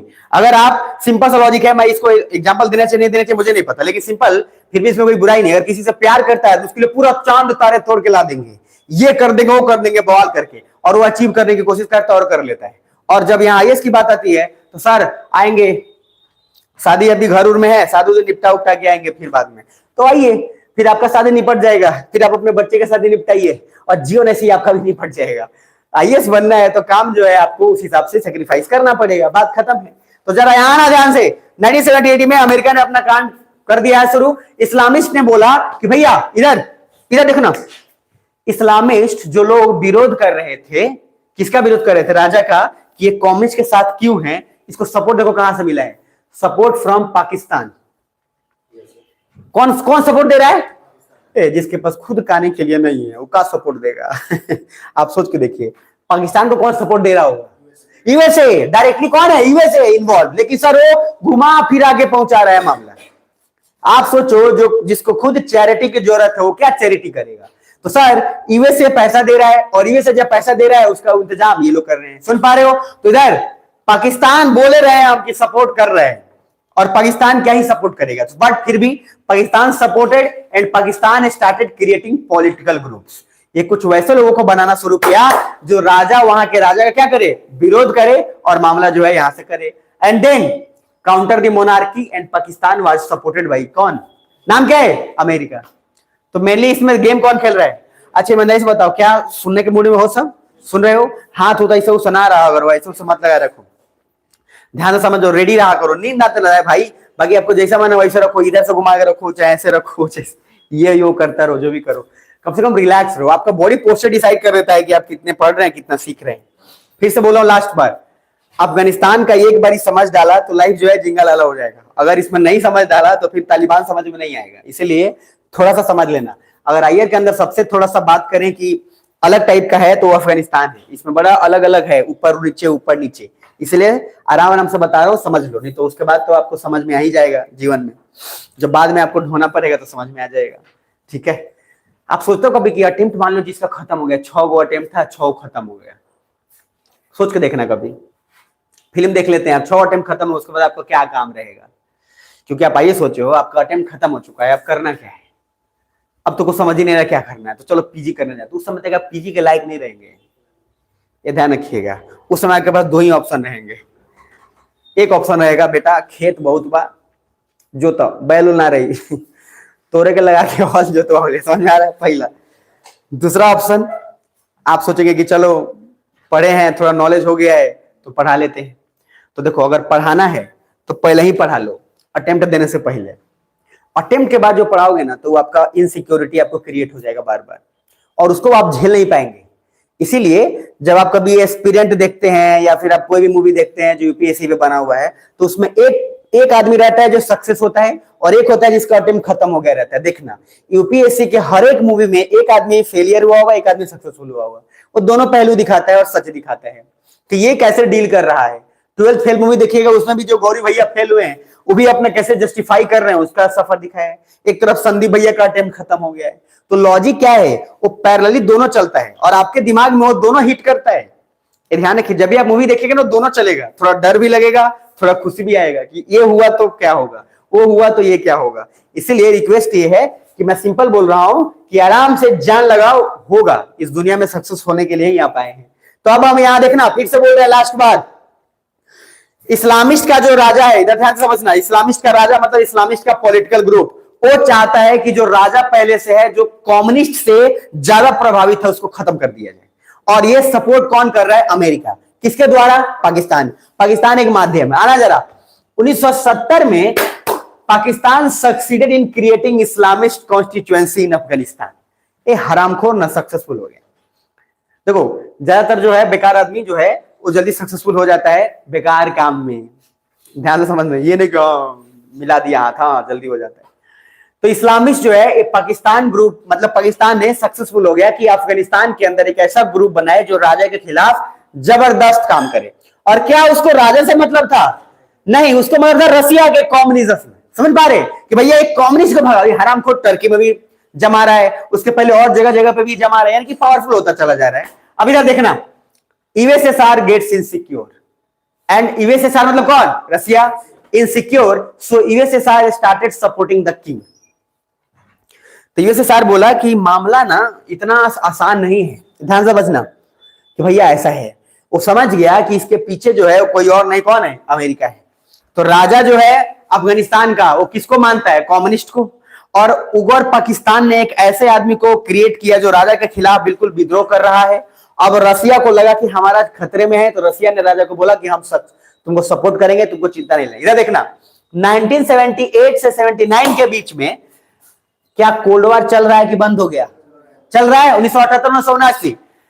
यूएसएसआर समझ गया कि किंग अकेले नहीं जीत पाएगा, इसलिए इस्लामिस्ट को क्या बोला कि सर, उनका क्षेत्र जो बढ़ रहा है तो उसको दबाना पड़ेगा, क्योंकि इस्लामिस्ट का संख्या बढ़ रहा था, प्रभाव बढ़ने लगा, और अमेरिका पैसा दे ही रहा है, हथियार दे ही रहा है, और क्या चाहिए? अरे 3 चीज चाहिए अगर किसी पे आक्रमण करवाना है तो, एक हथियार, एक उसका क्या चाहिए आपको? खाने के लिए, और उसका सिक्योरिटी चाहिए कि भैया हमारा परिवार को कुछ ना चाहिए, बंदूक दे दिया, पैसा दे दिया और खाने का बस सिक्योर हो गया, कोई आदमी बंदूक चला देगा। पाकिस्तान से क्यों ऐसा आदमी सोचवाता है जो अकेले आकर और पूरा इंडिया को बर्बाद करके चला गया? भाई भले आप कुछ भी कह लो, क्या नाम है उसका जिसमें इतना सारा फिल्म बन गया, 26/11 का अटैक हुआ। सोचो उसका, देखोगे नेचर जिस तरह से दिखाया गया, अकेले आदमी है भाई, कोई डर ही नहीं है, एक रत्ती डर नहीं है, अकेले ताज होटल में घुसता है, अकेले मारता है और अकेले पूरा का पूरा काम करके चले जाता है। हम जो भी कुछ भले कहें, उसका नियत है जो भी कुछ, लेकिन एक आदमी, इंडिया का वैसा कोई आदमी तो नहीं जो इतना जाकर और जाता हो और जगह मार के। क्यों? क्योंकि जो नेगेटिविटी आदमी है और जिसके दिमाग में फैल गया है, उसको इतना पैसा दे दिया गया है कि उसका फैमिली सिक्योर हो गया है, उसका फैमिली आराम से सिक्योर है। कसाब को सीधा बोल दिया गया, भाई बेचारा तुमको काम नहीं करना है, तुम्हारे फैमिली को इतना रुपया चल गया, इसका डर खत्म। पाकिस्तान का इंप्लॉयमेंट लेवल बिल्कुल जीरो है, वहां है ही नहीं, गरीबी एकदम चरम सीमा पे है, भूखमरी इतना हालत है, उसमें किसी एक इंसान को, अरे जब आपके गांव में भी कोई भूखमरी से मर रहा हो, उसको 1 लाख छोड़ो, आप 10,000 खाली रुपया दो, वो आपके लिए सब कुछ करने के लिए तैयार हो जाएगा। 10,000 भी छोड़ो, क्या बोलता हूं बार बार, भूजा खिलाओ, भूजा उसके साथ चटनी एक्स्ट्रा खिलाओ, 4 गोली एक्स्ट्रा मारेगा वो। समझ में आ रहा है? तो लॉजिक क्या है कि यहां पर भी सेम काम पाकिस्तान क्रिएट कर रहा है, और उसने जैसी दिया इधर, उसके बाद 1979 में यूएसएसआर ने सोचा कि राजा जी से अब काम नहीं चलेगा, क्योंकि अब रसिया जो है इधर, सॉरी अमेरिका जो है पूरी तरीके से हावी हो रहा है। तो सर इधर रसिया ने बोला, राजा जी आप साइड होइए, एक नया राजा को ला रहे हैं, और राजा का नाम अभी बस यहीं पर दिमाग में रखिएगा, क्योंकि जब वहां डिटेल में पढ़ेंगे तो राजा का नाम पूरा आएगा, सुन पाए। तो इसलिए यूएसएसआर ने 1979 में क्या काम किया कि सर राजा को हटाकर एक नया रूलर लाया जिसका नाम है बबरक करमल। क्या नाम है? बबरक करमल। और बबरक करमल जो है ये इसलिए इसको लाया क्योंकि सर ये जो है भयानक भाषण देता था, इसने बहुत लोगों का मर्डर किया था और इसको मारने में कोई संकोच कुछ भी नहीं था। तो सर समझ गया था कि अभी मनमोहन सिंह से काम नहीं चलेगा। कौन समझ गया? रसिया, कि मनमोहन सिंह बार बोलते अब की बार कुछ किया तो कस के मारेंगे। कुछ हुआ नहीं उनसे। उसके बाद आया ऐसा ना प्राइम मिनिस्टर कि इतना मार मारा कि वो सब बोल रहा है कि क्या कर रहा है। तो सर बबरक करमल को लाने का कारण क्या था कि बबरक करमल अग्रेसिव था बिल्कुल, और अग्रेसिव था और अभी जरूरत था ऐसा राजा जो अग्रेसिव हो, क्योंकि अमेरिका क्या है पूरी तरीके से हावी हो रहा था। जाग जाओ। तो सर अभी तक जो हमने पढ़ा उसमें सबसे पहले बोला कि रसिया ज्यादा भी डोमिनेट इसमें कर रहा है, मतलब अफगानिस्तान में, या अमेरिका कर रहा है। उसको काउंटर करने के लिए रसिया ने क्या किया? बबरक करमल को लाया। लेकिन बबरक करमल जैसे ही आया उसके बाद यूएसए ने बोला कि सर, उसने नैरेटिव फैला दिया कि रसिया ने अफगानिस्तान पे अटैक किया। यूएसए नैरेटिव फैलाने में बहुत तेज है, वो सर 1 मिनट में सर जो है मीडिया में फैला देता है बात। अब मुझे बताओ कहीं से भी आपको दिख रहा है कि रसिया ने अफगानिस्तान पे अटैक किया? उल्टा अटैक कौन कर रहा है? यूएसए। लेकिन मामला न्यूज में फैला दिया पूरे देश का, पूरे वर्ल्ड का सिंपैथी लेने के लिए कि रसिया ये देखो क्या कर रहा है अफगानिस्तान में, हम बचाने की कोशिश कर रहे हैं अफगानिस्तान वाले को। तो ये बन गया क्या? मसीहा। और इधर रसिया जो है क्या बन गया? विलेन बन गया। आने देखना। लेकिन सर यूएसए सार इन्वेट अफगानिस्तान, बट ये गलत है क्योंकि अफगानिस्तान जो है सर यूएसए का आदत ही है, क्या बोला है? खतरे में है, खतरे में। हर जगह ही बोला है डेमोक्रेसी खतरे में है, तुम खतरे में हो। लेकिन 1979 में फिर यूएसए पाकिस्तान जो है एक तरह से पूरी तरह से टुगेदर आ गया। आने के बाद यूएसए सेड पाकिस्तान की अफगानिस्तान से इस्लामिस्ट को बुलाओ, उनको ट्रेंड करो और जाकर फिर से भेजो और पूरा का पूरा वहां पे मार काट करो। मतलब पूरी तरीके से अब एक बार फिर से यूएसएसआर कंट्रोल में ले लिया है मामले को। अब रसिया का कंट्रोल देखने के लिए अमेरिका जो है परेशान हो गया और उसने पाकिस्तान को अब खुला छूट दे दिया। अब एक तरीके से कि तुम जाओ अपने यहां पे बुलाओ और उन लोगों को बुलाओ जो अफगानिस्तान में हैं और राजा का विरोध कर रहे हैं, उन्हीं लोगों को बुलाओ, पाकिस्तान में ट्रेनिंग दो, पैसा हम देंगे और ट्रेनिंग देकर यहां से भेजो और जाकर वहां पे मारो। यानी कि अफगानिस्तान के लोगों को ही बुलाया, उनको ट्रेन किया और ट्रेन कर भेजना शुरू करिए। और यही लोग का नाम आगे चलकर हो जाएगा मुजाहिदीन। ध्यान से समझना, क्या नाम होगा? मुजाहिदीन। तो सर नाम भी होता है जबरदस्त। यूएसए सेड पाकिस्तान की अफगानिस्तान से इस्लामिस्ट को बुलाओ, उनको ट्रेन करो, वापस अफगानिस्तान भेजो ताकि रसिया से जाकर लड़े।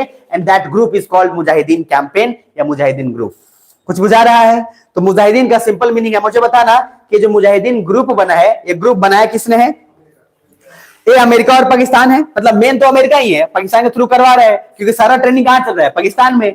लेकिन इस ग्रुप में जो लोग हैं वो अफगानिस्तानी है कि पाकिस्तानी है? अफगानिस्तानी। ये पॉइंट इंपॉर्टेंट है क्योंकि देखो बाहरी देश का जब हस्तक्षेप होगा आपका देश बर्बाद होगा। जिस तरह से बाहरी घर का हस्तक्षेप आपके घर में होगा, आपका घर बर्बाद हो जाएगा। इसलिए आप अपना घर उसी हिसाब से कर लीजिए। अब इधर देखो, क्योंकि सबसे ज्यादा अगर 2 भाई आपस में नाराज हैं तो 2 भाई में से किसी एक भाई को उठा कर ले गया गया और ट्रेन किया गया, तो भाई बड़ी खतरनाक है क्योंकि उसको सब इंफॉर्मेशन सब कुछ पता है। सुन पा रहे हो? पाकिस्तान चाहता तो अपने लोगों को भी भेज सकता था, लेकिन अफगानिस्तान वाले को क्यों बुलाया? क्योंकि एक तो ये अपोजिशन थे और ये चाहते थे कि राजा जो कम्युनिस्ट को सपोर्ट कर रहा है वो ना करे, और इनके अंदर एक गुस्सा भरा था, एक नफरत कि भाई किसी तरह से इनको हटाना है, हम किसी को भी झेल लेंगे, इनको नहीं झेलेंगे। अरे इंडिया में भी तो यही हुआ शुरुआत में, हर राजा एक राजा को पसंद करता ही नहीं था, जिसके कारण पूरे के पूरे लोग हम पे राज किए और हम उसको पसंद नहीं करते थे। इसके कारण दूसरा जितना है आराम से प्रॉफिट कमा के निकल गया यहां से। तो ध्यान से समझना, मुजाहिदीन ग्रुप बुलाया और मुजाहिदीन ग्रुप बुलाकर उनको ट्रेन किया। So the common element of war, यहां पे भी क्या चल रहा है? वार वार वार। तो अफगानिस्तान में शांति कहीं दिख रहा अभी तक आपको? नहीं। जहां हर देश में वार ही हो, उस वार के कारण वो देश कभी डेवलप नहीं करेगा। नेक्स्ट आते हैं यहां पे। तो अभी तक क्या देखा आपने? ओवरऑल किसका कंट्रोल ज्यादा हुआ? तो फाइनली यूएसए जो है पूरी तरीके से गेम में आ चुका है। मैंने बोला था क्या कोल्ड वॉर हमेशा कोल्ड वॉर रहा या कभी कभी हॉट वॉर भी बना? हॉट वॉर भी बना। लड़ाई हुआ। लड़ाई कहां पे हुआ था? जहां पे केमिकल गिराया था। कहां गिराया था? वियतनाम में। वहां पे भी केमिकल गिराया था। तो लॉजिक ये है कि मारा पीटी हुआ, कभी भी डायरेक्टली फ्रंट पे नहीं आए। लड़ कोई और रहा है लेकिन लड़ाई कहीं और हो रही है। समझ में आ रहा है मेरी बात? तो सर कोल्ड वॉर में हॉट वॉर भी कन्वर्ट हुआ है। ओवरऑल पूरा अफगानिस्तान का अगर हम देखें, इधर देखो ब्रिटिश कोल्ड वॉर चल रहा था, मुजाहिदीन कैंपेन। अब उसके बाद आगे चलकर 1988 1988, क्या रसिया 1991 में टूटने वाला है कि नहीं? तो 1979 से 2001 के फेज में देखेंगे तो रसिया पूरी तरीके से काउंटर किया हुआ है। लेकिन सर एक मामला फैल जाएगा, और वो मामला रसिया की भी थोड़ी सी गलती है इसमें, जो बाद में गलती वो करेगा क्या। एक रसिया को लगने लगा कि जो मुजाहिदीन सब जो आ रहा है ये सब तो अफगानिस्तान का लोग है यार। ये बेचारा दिल पे ले लिया कि अफगानिस्तान के लोग हमको पसंद नहीं करता है, हम उसकी मदद कर रहे हैं और अफगानिस्तान के लोग ही लड़ रहा है, तो पर्सनली ले लिया। उसको पता नहीं था कि यही एजेंडा अमेरिका फैलाना चाह रहा था, और रसिया को लगा कि यहाँ के लोग जब हमको पसंद ही नहीं करते हैं तो हम इनके साथ काहे लड़े, उससे अच्छा हम निकल जाते हैं यहां से। लेकिन ये बड़ा कमजोर कारण है, ये कारण इतना स्ट्रांग नहीं है। ध्यान से सोच के देखो, कारण ये है कि जब किसी के घर में ही आग लगा हो तो बाहर की आग बुझाने में उतना बहुत बहुत पेशेंस चाहिए, बहुत हिम्मत चाहिए। रसिया का घर खुद ही टूट रहा था, और 1988 तक आते आते, सर ऐसा तो है नहीं 1991 में आते आते एक बार घर का बंटवारा हो गया। लड़ाई तो बहुत साल पहले से शुरू होती है, होते होते होते एक समय आता है जब बंटवारा हो जाता है। अरे हाँ है ना, 1988 तक रसिया बिल्कुल कमजोर पड़ने लगा, और कमजोर पड़ने लगा तो वहां से मामला पूरा निपटा, और निपटा तो सर वहां पे 2-3 चीजें ऐसी हुई कि रसिया को वापस जाना पड़ा। अब मुझे बताओ, पूरा का पूरा अफगानिस्तान अब खुला है किसके लिए, अमेरिका के लिए कि रसिया के लिए? अमेरिका के लिए ना। अब अमेरिका जो चाहे जैसे चाहे वैसे काम कर सकता है, बुझा था। इधर देखिए नेक्स्ट, अब यहाँ ये वाला डेट को समझने के लिए आपको वहां पे समझना पड़ेगा तो मजा आएगा। लेकिन यहाँ देखना 1988 यूएसएसआर वहां से चला गया। अब यहाँ पे पॉलिटिकल जो है अलग लेवल पे काम शुरू हुआ। सिविल वार वहां पे होना तय था, क्योंकि अंदर ही अंदर राजा और जो मुजाहिदीन ग्रुप क्रिएट हो गया था। एक तो राजा था एक, और एक Mujahideen group, opposition group create हो गया, सिविल वार उसमें हो गया। कोल्ड वार जो है खत्म हो गया 1991 में। कोल्ड वार क्या खत्म हुआ? रसिया टूट गया। आगे उसके बाद वायलेंस होता रहा, लेकिन वो कोल्ड वार खत्म। तब यहां से आगे चलकर 1996 में तालिबान का राइज आपको दिखेगा। कब? 1996। और 1996 के बाद 2001 तक आते आते 9/11 का अटैक होगा, और 9/11 का अटैक का जवाब करारा मिलेगा, जिसमें आपको सब लादेन जितने सारे सब लोग हैं सबका यहाँ पे जिक्र आ जाएगा। तो अभी हम जो पढ़ रहे हैं यहां तक पहुंचने में बहुत सारी चीजें हैं, हम अभी आपको जो बता रहे हैं वो कुछ अलग फीचर्स बता रहे हैं। तो अब हमारा जो डेट है वो यहां से आएगा यार, 2001 हमले के बाद यूएसए ने इन्वेड किया अफगानिस्तान। ध्यान दो ना, यूएसए किस पे इन्वेड किया? अफगानिस्तान। इधर देखो, यूएसए इसलिए अटैक किया क्योंकि लादेन जैसा जो आदमी है वो बड़ा खतरनाक आदमी हुआ, और लादेन को बनाने वाला भी अमेरिका ही है। ध्यान से समझिएगा, अभी बस सिर्फ कहानी सुन लीजिएगा, लादेन कैसे आया कैसे पनपा, इसके बाद वाला पॉइंट में चलेगा। हम जो बात कर रहे हैं कि लादेन को पहले पैसा दिया गया। देखो कुछ वैसा हुआ कि मैंने आपको पैसा दिया कि तुमको मारना है, आपने मारने जाने से पहले बोला कि ठीक है हम आपके कहने पे बात मान लेंगे, लेकिन एक शर्त है। शर्त यह है कि जब हम मार देंगे उसको तो आप हमको मदद करेंगे अफगानिस्तान में सरकार बनाने में, यानी कि हमको पावर में लाने की मदद करेंगे। सुन पा रहे हैं? अमेरिका बोला डन। जैसे ही कुछ दिन बाद लादेन सब अपना काम खत्म करके आया, अमेरिका बोला गुंडे लोगों को हम नहीं बनाते हैं राजनीति में। अब सर बताइए, खुद अपना, मैंने क्या बोला, खुद अपना यूज कर लिया, और अमेरिका का आदत हमेशा से रहा है खुद यूज करेगा, उसके बाद जब काम हो जाएगा बात खत्म। तो लादेन बोला अब राजनीति चाहिए भी नहीं, अब जीवन का मात्र एक ही लक्ष्य है, अमेरिका को बर्बाद करना। ध्यान से समझना। और लादेन उसी से कसम खा लिया, बोलो खून के कसम हो जो बोले तिलक लोग लगा के। भाई सुन लो ध्यान से कि अब अमेरिका को बर्बाद करना है चाहे जो हो जाए। लेकिन उसी में दो ग्रुप बन गया, एक ग्रुप बोला कि हमको पॉलिटिकल पावर में आना है, और एक ग्रुप बोला कि हमको सिर्फ बदला लेना है। किससे? अमेरिका से, क्योंकि हरामखोर इसने हमारा इस्तेमाल करके छोड़ दिया है। तो ये अलग दो लेवल पे आएगा। एक ग्रुप जो उसमें से आगे बटेगा, वही ग्रुप आगे चलकर नॉर्दर्न अलायंस क्रिएट करेगा, और वो नॉर्दर्न अलायंस जो होगा वो बड़ा पॉजिटिव टाइप का आदमी होगा, जो ठीक ठाक समझदारी से सरकार बनाने की कोशिश करेगा। लेकिन मुझे बताना, अगर लादेन ये कसम खा लिया है कि हम अमेरिका को मारेंगे ही, तो सर एक चीज तो तय है कि अब वो आदमी जिसके पास कोई डर नहीं हो, कोई चाह नहीं हो, कुछ बचा ही नहीं हो, मैंने बोला वो सबसे खतरनाक होगा, क्योंकि अब उसको कोई डिजायर नहीं बचा है, कोई इच्छा नहीं है, सब खत्म। जैसे आप आईएएस कब बनिएगा? जब आपके सारे डिजायर मर चुके हो। मतलब इस तरीके से डिजायर मतलब आप पूरा 1 साल 1.5 साल तक खत्म किया, आपको कुछ नहीं चाहिए भाई, अभी सिर्फ पढ़ना है। उस हिसाब से अगर 1 साल 1.5 साल हो गया तो आप आईएएस बन जाइएगा। अगर आपके डिजायर्स बहुत हैं, बहुत सारी चीजें, ये करना वो करना है, तो भैया रहने दो। डिजायर्स पूरा होते होते आपका जीवन बीत जाएगा, अटेम्प्ट भी खत्म हो जाएगा। तो 1-1.5 साल तक आपके सारी इच्छाओं को मारना पड़ता है, इसीलिए कि 1-1.5 साल तक मार लोगे तो बातें जो है मामला निपट जाएगा। तो डिजायर जो है इसका क्या है, खत्म हो गया है कि अब कुछ नहीं चाहिए घर और भैया, अब सिर्फ किसको मारना है? अमेरिका को। लेकिन साहब मारना इतना आसान तो है नहीं, जो सुपर पावर है। तो पहले क्या करता था? टेस्टिंग करता था। अमेरिका का एम्बेसी भी तो कहीं ना कहीं होगा अरे है ना, होगा कि नहीं होगा एम्बेसी? तो अब अमेरिका की एम्बेसी मान लो अफ्रीका में है, मोरक्को अल्जीरिया में, तो पहले उसके एम्बेसी पे अटैक किया, छोटा छोटा एम्बेसी पे। देखा कि अमेरिका कितना रिएक्ट करता है। जब देखा कि मार उड़ रहे हैं, ज्यादा फर्क लोग नहीं पड़ रहा है, तो सोचा कि अब व्हाइट हाउस पे मारेंगे। आप समझ पा रहे हैं? देखो पहले, अब बड़ा गेम खेलने के लिए, वर्ल्ड कप खेलने के लिए पहले छोटा छोटा league match, Ranji trophy, domestic cricket खेलते जाओगे, परफॉर्म करते जाओगे, तब आपको बड़ा चांस मिलेगा। लादेन तेज आदमी था, अगर ये बेवकूफ रहता तो इस डायरेक्टली वहां पे जाके अटैक कर देता। ना समझ आदमी क्या करेगा, जाके कहा फरिया लेवल जाओ। जो घाघ आदमी होगा, घाघ इन द सेंस जिसके पास नॉलेज होगा और जो वाकई किसी से बदला लेना चाहता है, तो आराम आराम से चीजों को दिमाग में रखेगा। समझ में आ रहा है? और ये जो है आगे चलकर काम करेगा। तो देखना इधर जल्दी से, 2011 में हमला हो चुका है। और अमेरिका ने क्यों हमला किया है? क्योंकि अमेरिका के व्हाइट हाउस को उड़ा दिया है। किसने? लादेन ने। और लादेन उड़ा दिया है। ये कहानी कैसे हुआ वो बीच में आगे पढ़ाएंगे, यहां से आगे चलते हैं।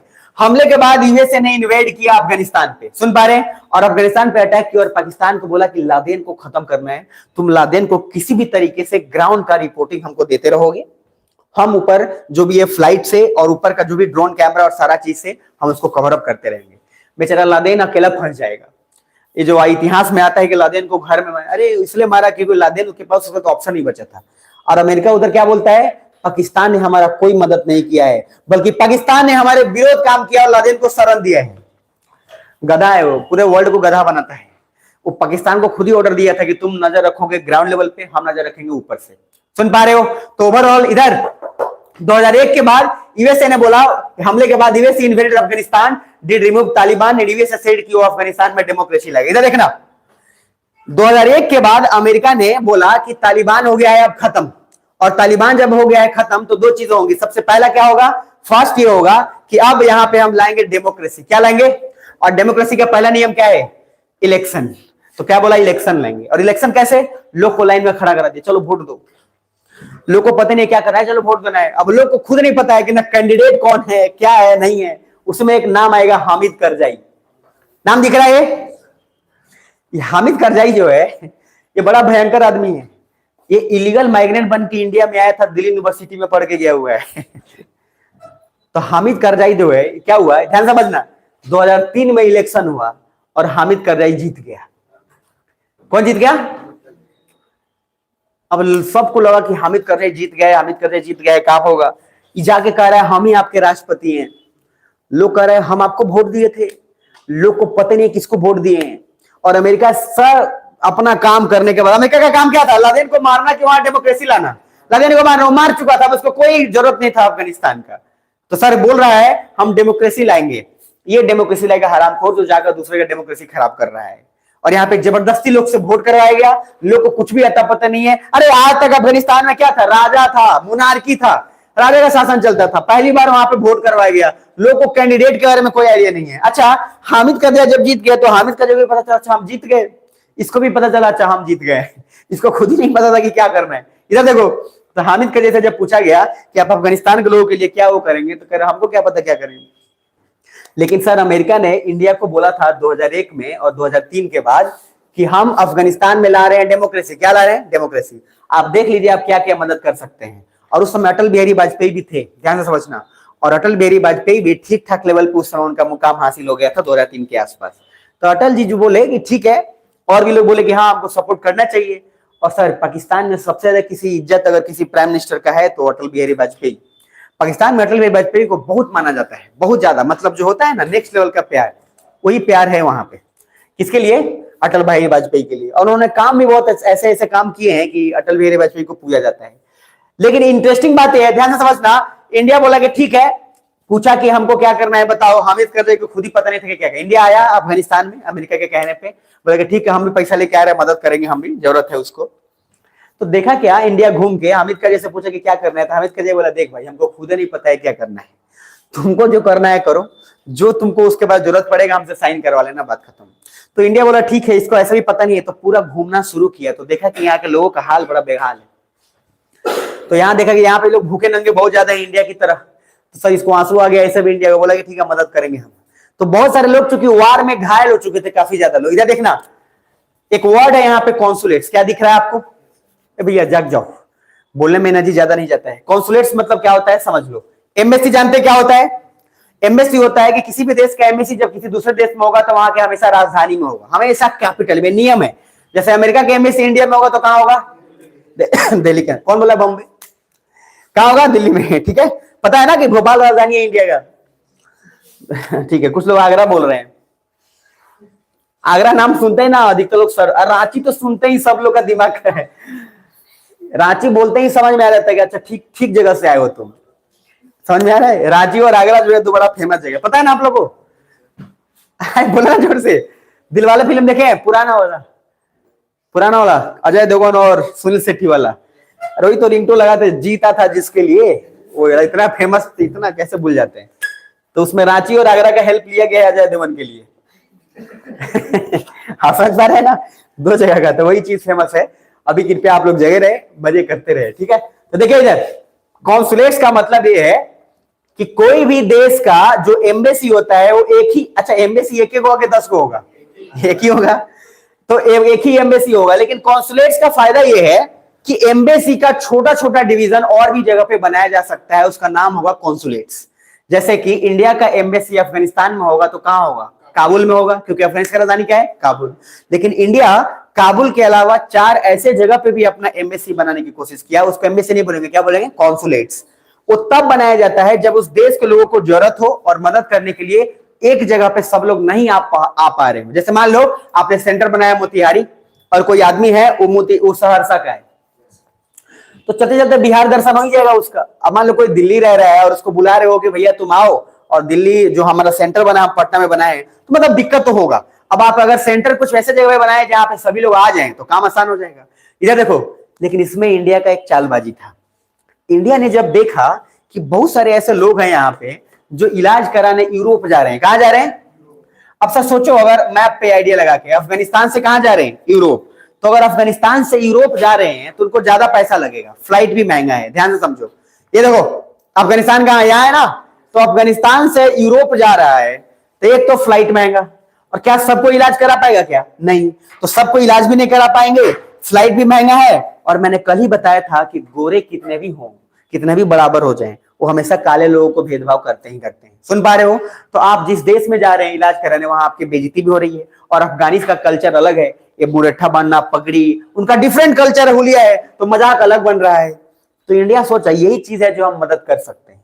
तो बोला क्या, तुम जो यूरोप जा रहे हो उससे अच्छा है अफगानिस्तान है, बगल में क्या है? इंडिया है। एक तो फ्लाइट लेकर आओगे, हम इलाज तुम्हारा करेंगे सस्ते दाम पे, तो तुम्हारा फ्लाइट का क्या है? कोई चार्ज भी नहीं लगेगा। अरे मतलब बिल्कुल जीरो, लगभग ना के बराबर, क्योंकि यूरोप जाने में तुमको 10,000 लगेगा, यहाँ पे तुम्हारा 500-1,000 में काम हो जाएगा। यस और नो? तो सर मदद करना शुरू किया कि तुम आओ, हम फ्री में इलाज करेंगे। कहां इलाज करेंगे? फ्री में। और पूरा एम्स, पूरा इंडिया का हॉस्पिटल से सबको फ्री में अफगानिस्तान के लोगों को इलाज करना शुरू किया। भर भर के लोग आने लगे। अब इतना लोग आए कि यूरोप का पूरा मार्केट शटडाउन हो गया। अरे कुछ बुझा रहे हैं? अब यूरोप के डॉक्टर लोग खाली जो है कैंची लेकर घूम रहे हैं कि कोई मिले जिसका सर्जरी करे। तो लॉजिक क्या हुआ, अचानक से यूरोप में देखा गया कि वहां का जो है मार्केटिंग स्ट्रक्चर और हॉस्पिटल का सेक्टर है वो बिल्कुल नीचे आ गया। अब इंडिया ने इधर जब मदद किया तो दो चीजें हुआ। इंडिया में पहली बात, रिस्पेक्ट बहुत दिया जाता है, चाहे वो कोई हो। इंडिया के लोगों का आदत है, स्पेशली बिहार के लोग का, पहले छोटा मिले या बड़ा मिले पहले आप ही बोलेगा या रउआ बोलेगा। समझ में? रिस्पेक्टेड। बिहार के लोग ज्यादा, छोटा भी रहेगा तब आप कहां से आ रहे हो, बच्चा है तब भी बोलेगा। हरियाणा वाला का तो अलग लेवल का टोन होता है, लेकिन फिर भी यहाँ पे विथ ड्यू रिस्पेक्ट बात किया जाएगा। सुन पा रहे हैं? अब सर अफगानिस्तान को लगा कि यार इतना रिस्पेक्ट भी है, फ्री में इलाज भी हो रहा है, अब इससे ज्यादा और क्या चाहिए। सुनो ध्यान से, इंडिया ने कोई भी पॉलिटिकल और राजनीति के लिए मदद नहीं किया था, इसलिए तो हम बोल रहे हैं कि इमोशनल कंट्री है। इंडिया आज तक जितने लोगों का मदद किया है उसके बदले कुछ एक्सपेक्ट नहीं किया है, इसीलिए ये इतना पॉपुलर हो गया। इधर देखना कि सारा लोग भर भर के आने लगे, एम्बेसी फुल होने लगा, एम्बेसी में जगह ही नहीं बच रहा है। तो इंडिया बोला अफगानिस्तान से, यहां थोड़ा सा कांड हुआ जो बहुत सतर्कता से हुआ। इंडिया बोला कि भैया आपके सारे लोग हमारे पास नहीं आ पा रहे हैं, काम करने में डिफिकल्ट हो रहा है, हम हर एरिया में एक एक छोटा छोटा सेक्टर खोल देते हैं। मोतिहारी सदर अस्पताल में सब लोग नहीं पहुंचेंगे, इसलिए हम छोटा छोटा प्राइमरी हेल्थ केयर हर गांव में खोल देते हैं ताकि वहां इलाज हो जाए। सुन पा रहे हैं? अब सबको वहां वहां भेज दिए। इधर ये ऐसा जगह पे कॉन्सुलेट्स खोला जो सब पाकिस्तान के एरिया को कवर कर रहा था। तो पाकिस्तान का रही है, क्योंकि पाकिस्तान को समझ में आ गया कि मामला यहाँ गोलमोल है। और सर ये वैसे एरिया पे खोला गया जैसे हेरात, कांधार, इन सारे जगह पे जहां पे पाकिस्तान कह रहा है तो हमारा बॉर्डर पे ये सारा का सारा खोल रहा है। यानी कि हमने पाकिस्तान पे एक तरीके से नजर पूरी तरीके से रख लिया कि हरामखोर कर क्या रहा है। और मोटिव दूसरा, हम जब पाकिस्तान चिल्लाने लगा अमेरिका को, उस समय देखा गया कि पूरा पाकिस्तान में खूब सारा बमबारी होने लगा। पाकिस्तान कह रहा है इंडिया करवा रहा है। और मैंने बार बार बोला है, सुन लो ध्यान से, इंडिया मारता है, सबूत वबूत कभी नहीं छोड़ता है, कहीं नहीं सर। बार बार बम गिर रहा है, ये चिल्ला चिल्ला के अमेरिका के पास जा रहा है, देखिए क्या कर रहा है। अमेरिका कह रहा है सबूत कहां है रे? एक तो मदद कर रहा है अफगानिस्तान के लोगों को, तुम्हारा जो है औकात है, तुम्हारा जो चाल है उससे सुधरोगे नहीं तुम, हर बार तुम बोल देते हो। तो हमने मदद किया और मदद की जगह पे क्या खोला? कॉन्सुलेट्स। और कॉन्सुलेट्स भी हमारे लिए इतना इंपॉर्टेंट जगह पे खोला, ध्यान से देखना। तो 4 इसमें ऐसे ऐसे जगह है जहां से कॉन्सुलेट्स खुला। हेरात, पीछे भी इसका नाम होगा या आगे भी नाम होगा, वो नाम हमेशा जिक्र कहीं ना कहीं आगे मिल जाएगा, अगर नहीं यहाँ पे होगा तो। हेरात, कंधार, और भी उसमें दो नाम है। ये कॉन्सुलेट्स का फायदा क्या हो, जरा बताना। कॉन्सुलेट्स का सबसे बड़ा फायदा ये था कि अगर हम बात करते हैं कि सर कॉन्सुलेट्स का फायदा है कि हम पाकिस्तान पर नजर रख रहे हैं, इधर देखो, अगर हम अफगानिस्तान में पहुंच के भी पाकिस्तान पर नजर नहीं रख पाए तो फिर क्या ही करेंगे। पाकिस्तान चिल्लाने लगा कि ये क्या हो रहा है, ये कैसे अलग हो गया, एम्बेसी एक ही होता है, फलना डिगाना, लेकिन हम अपना काम करते रहे। अफगानिस्तान हमारे साथ थी और हमने काम यहाँ पे जो है आगे चलकर बढ़ा लिया। याद देखो, हेरात, कंधार, ये मजार शरीफ, ये जिनको मैप पढ़ाया हुआ उसमें लिखवाया था, तो हेरात, कंधार, मजार शरीफ, जलालाबाद, इन चारों जगह पे क्या खोला गया? कॉन्सुलेट्स। अब फिर से पूछ रहा हूं, एम्बेसी में और कॉन्सुलेट्स में क्या डिफरेंस है?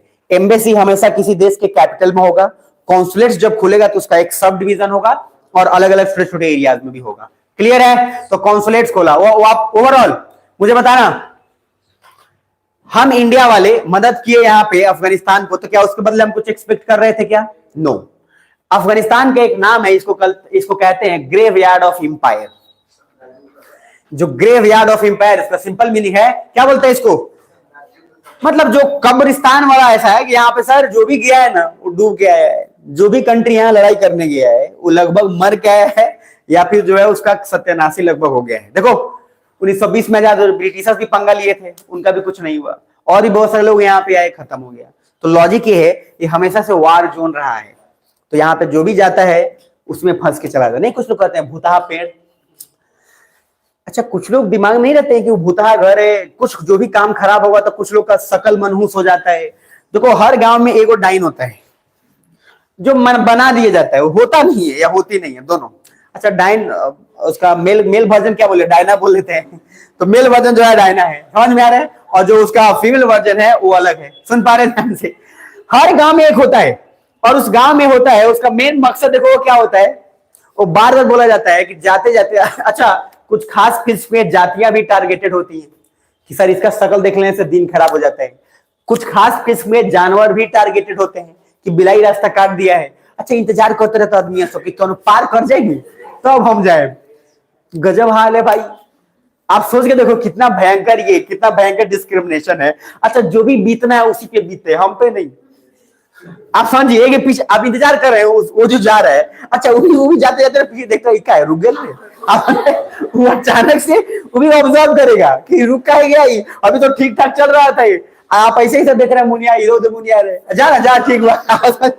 और ये जो है जब तक वो क्रॉस नहीं करता है तब तक आप वहां पे जो है आपका हरकत उसको एहसास दिला देता है।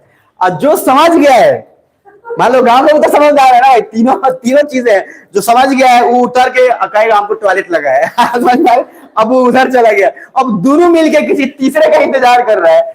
इतना फ्री टाइम कैसे हो जाता है भाई, समझ में आ रहा है? तो लॉजिक क्या है कि कुछ मनहूसियत वाला काम होता है जो हो जाता है, जो टारगेटेड लोग, इन सब चीज से बचिएगा। समझ में आ रहा है? मान के चलो बाई मिस्टेक, हालांकि ऐसा होना चाहिए नहीं चाहिए, बट होने को तो कुछ भी हो सकता है यार। यूपीएससी इंटरव्यू देने गए और यूपीएससी इंटरव्यू 12th फेल में थोड़ा ठीक ठाक दिखाया है, तो जो गेट खोलता है आपके लिए दरवान, हाँ कर लो। अब मान लो गेट खोला, ठीक है, अब जैसी गेट खोला तब तक हो सकता है कि जो उसमें इंटरव्यूअर है उनके पास हो सकता है बिल्ली हो, क्वाइट पॉसिबल, और वो बिल्ली आपका रास्ता आगे से काट दिया। अब आप इंतजार कर, सर आप आइए, आप सच पा रहे? अरे मतलब वो चीज जो है इतना स्टीरियोटाइप है, क्यों बना दिया गया है? क्योंकि लोग बहुत डरपोक है, और हम डरपोक क्यों हो गए? अंग्रेज ने हमको इतना मारा है ना, इतना सताया है कि हम सर डरपोक किस्म के हो गए।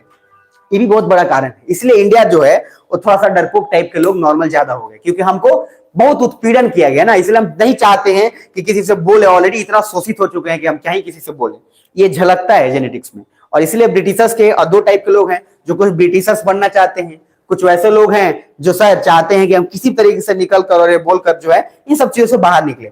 निवेदन यह है कि जब चीजें जरूरी हो तो उस समय ये सब बातों को ना माने, कृपया किसी लोग को टारगेट ना करें, डायना या डाइन ये सब के चीज के चक्कर में ना पड़े, ये आपको बर्बाद करके रखेगा। ठीक है, चलिए तो अभी हम ओवरऑल लास्ट में रिपीट कर देते हैं, फिर बाकी हम इसके आगे का क्लास कल कंटिन्यू करेंगे। ठीक है, चलिए तो बोल देता हूं वापस अफगानिस्तान का स्टोरी। अफगानिस्तान फिर से सुन लो, वार टर्न कंट्री है कि शांति है? वार टर्न। अफगानिस्तान के अंदर दो चीजें, 1920 में आजाद हुआ, आजाद होने के बाद अफगानिस्तान का जो है ज्यादा इंपैक्ट पड़ने लगा कम्युनिज्म का।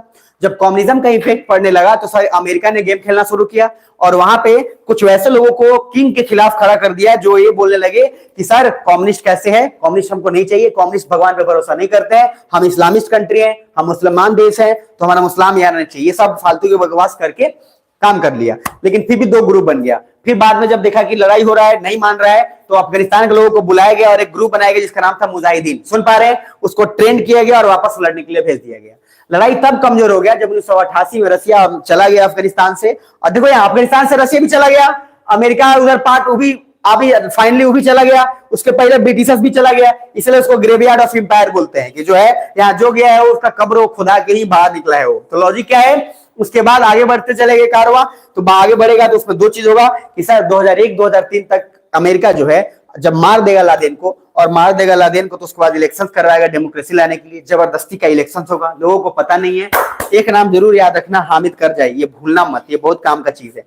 हामिद करजाई बनेंगे, हामिद करजाई को खुद नहीं पता है क्या करना है, इंडिया आएगा पूछेगा, इनको नहीं पता है, इंडिया मदद करेगा तो उसमें मेडिकल टूरिज्म देगा, और मेडिकल टूरिज्म में क्या देगा? फ्री का ट्रीटमेंट होगा बहुत ही, और उसके बाद फ्लाइट और जो चीज है इन लोगों को सस्ता पड़ेगा। इस आड़ में इंडिया ने कॉन्सुलेट्स भी खोला क्योंकि बहुत ज्यादा बर्डन बढ़ गया। कॉन्सुलेट्स का दूसरा मकसद हमारा ये भी था कि हम पाकिस्तान पर नजर रख सके, और फाइनली हमने यहां से जो है पाकिस्तान के बारे में ये आइडिया लिया, इसी कारण आगे हमको बहुत सारी चीजों को डील करने में मदद भी मिला।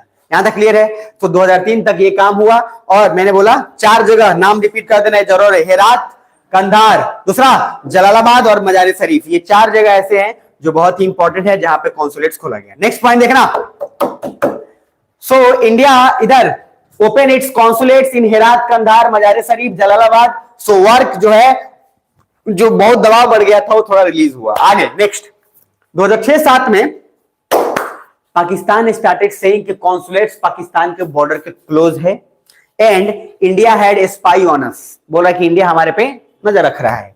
बट ऐसा कुछ नहीं था। पाकिस्तान ने यूएसए से कहा कि बम धमाका ये सब कुछ जो हो रहा है वो कौन करवा रहा है? इंडिया करवा रहा है। Then but no proof, so USA said, क्या लिखा है? भाग जाए वहां से। तो यूएसए सब सिंपल बोला कि भाग जाए भाई, तेरे को काम कुछ है नहीं। बट पाकिस्तान अभी भी यही कहता फिरता है, तो इंडिया सिर्फ इस बात का जवाब एक ही बात से देता है, सिंपल, कि भैया देखो, जो पाकिस्तान जब भी बोलता है ना कि हाँ ये इंडिया करवा रहा है, तो इंडिया बोलता है India rejected this and give no response officially, बोला कि इसको बोल के कोई फायदा नहीं है, ऐसे चिल्लाता रहेगा। Unofficially India make Afghanistan friend and always say Afghanistan our friend to keep a check Pakistan. अभी देखो, मैंने एक थ्योरी पढ़ाया था, मैंडेला थ्योरी, पढ़ाया था कि नहीं पढ़ाया था? कि आपका पड़ोसी जो है भले दुश्मन हो सकता है, लेकिन पड़ोसी का पड़ोसी आपका बेस्ट फ्रेंड होना चाहिए। अच्छा, मोदी जी और तेज आदमी है, ये जब जाते हैं तब तो भाषण देके आ जाते हैं, अफगानिस्तान भाइयों हमारा दोस्त, अफसर जैसी बोलता है दोस्त, सबसे ज्यादा कलेजा फटता है पाकिस्तान का कि हरामखोर इसको बोल के दोस्ती बना ले रहा है और हमारा कांड जो है खराब हो रहा है। अभी देखो, हम अफगानिस्तान से इतना अच्छा बना लिए हैं अपना कि सब जब भी कुछ करना होता है तो हमको पाकिस्तान जाने की जरूरत नहीं करना है, और पाकिस्तान को मारना है होता तो अफगानिस्तान को कुछ दिया, अफगानिस्तान अपना सलट लिया मामला। समझ पा रहे हैं? हमको कुछ भी डायरेक्टली नहीं करना है इधर। सो बी योर बेस्ट फ्रेंड, आपका पड़ोसी दुश्मन हो सकता है बट पड़ोसी का पड़ोसी आपका क्या होना चाहिए? Best friend. यही है मैंडेला थ्योरी, ये भूलना मत। उसके बाद India's engagement with Afghanistan, mandala theory in practice. फिर इंडिया का वियतनाम और मंगोलिया से भी कुछ रिलेशन वैसा ही है जो कि मैंडेला थ्योरी को बताता है, चाइना को काउंटर करने के लिए। उसके बाद आगे चलकर स्वेटॉन official level, India is playing game of Mandela theory. कभी कभी इंटरव्यू में बहुत बारे क्वेश्चन पूछा हुआ, मेंस में भी, कि क्या हम मैंडेला थ्योरी को प्रैक्टिस कर रहे हैं? तो आप ऐसे बोलिएगा, ऑफिशियली नहीं, अनऑफिशियली यस। अरे गवर्नमेंट थोड़ी ना बोलता है, तो मैंने क्या बोला, बोलिएगा कि अनऑफिशियली इट्स लुक लाइक, ऐसे बोलिएगा। आप गवर्नमेंट के बंदे बनने वाले हैं, तो आप अपना बंदा वाला काम नहीं करिएगा वहां जाके कि हाँ सर हम करेंगे और चढ़ के मारेंगे, वो काम नहीं है। आप इंटरव्यू देने गए हो और आप गवर्नमेंट के लिए काम करोगे तो गवर्नमेंट जो बोल रहा है वही बोलना, अपने से मत बोल के आ जाना। तो सर मामला जो है वो भी अपने से बोल देगा कि भैया आई एम नॉट इंटरेस्टेड। इसीलिए दिमाग में रखिएगा, इधर फिर से बोल रहा हूं, क्या दिमाग में रखना है कि मैंडेला थ्योरी जो है इंडिया क्या प्रैक्टिस करता है, तो क्या बोलना है, at unofficially level yes, but officially level हम नहीं करते, हम भला चाहते हैं और हम शांति प्रिय देश है, हमारा इतिहास ही वैसा ही है, तो हम नहीं करते हैं। अब आप मुझे बताओ, अगर हम मैंडेला थ्योरी प्रैक्टिस करेंगे तो कोई और भी तो करेगा। तो चाइना भी हमारे साथ मैंडेला थ्योरी प्रैक्टिस करता है। अगर चाइना का नेबर हम है और हमारा पड़ोसी श्रीलंका है तो श्रीलंका से, पड़ोसी पाकिस्तान है तो पाकिस्तान से। तो मैंडेला थ्योरी अभी तो वर्ल्ड में सबसे बड़ा प्रॉब्लम चल रहा है और इसलिए इस पे एक एडिटोरियल भी आया था कि मैंडेला थ्योरी को आखिर कैसे खत्म किया जाए। सुन पा रहे हैं? तो अब हम इसके आगे का जो है कहानी वो कल करते हैं और नेहरू एंड फॉरेन पॉलिसी और नॉन कल करते हैं। क्लियर है? सुन पा रहे हो? इसको करेंगे कल और कल से मामला आगे बढ़ेंगे। तब तक आपसे निवेदन है कि ये जो पार्ट दे रहा हूं, अभी रुक जाओ, बस्ता मत पैक करना, जो लोग जाग गए हैं मत पैक करना बस्ता। ठंड में पढ़ने का मन नहीं कर रहा आप लोग, यही ना, यही कहना चाहते हो ना? कल से मत आना सब, हम भी जाएंगे घर पे रहेंगे, ठीक है? देख लो, घर से कल लाइव कर देंगे, आप लोग भी आराम से देख लेना लाइव कंबल में बैठ के, काहे के लिए आओगे, कष्ट होता है आप लोगों को। ये वाला पॉइंट जो है एक बार खाली रीड कर लो, उसके बाद आगे बढ़ना। कहां गया? इसको खाली पढ़ लो, एक बार पढ़ लो कि कुछ छूटा है कि नहीं छूटा है, तेजी में पढ़ लो। कुछ छूटा होगा तो देख लो, उस पर बता देंगे, फिर हम लोग कल कंटिन्यू करेंगे। तेजी में, ध्यान से, थोड़ा दम लगाओ।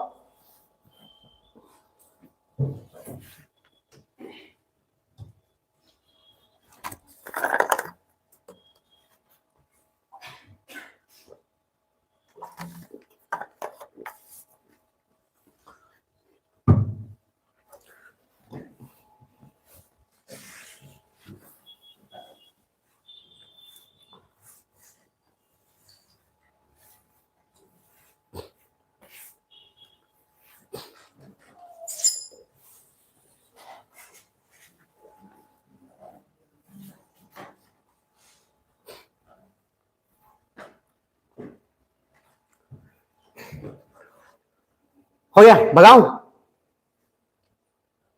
भगा दीजिए सर, ऐसे भी कौन पढ़ रहे हैं हम।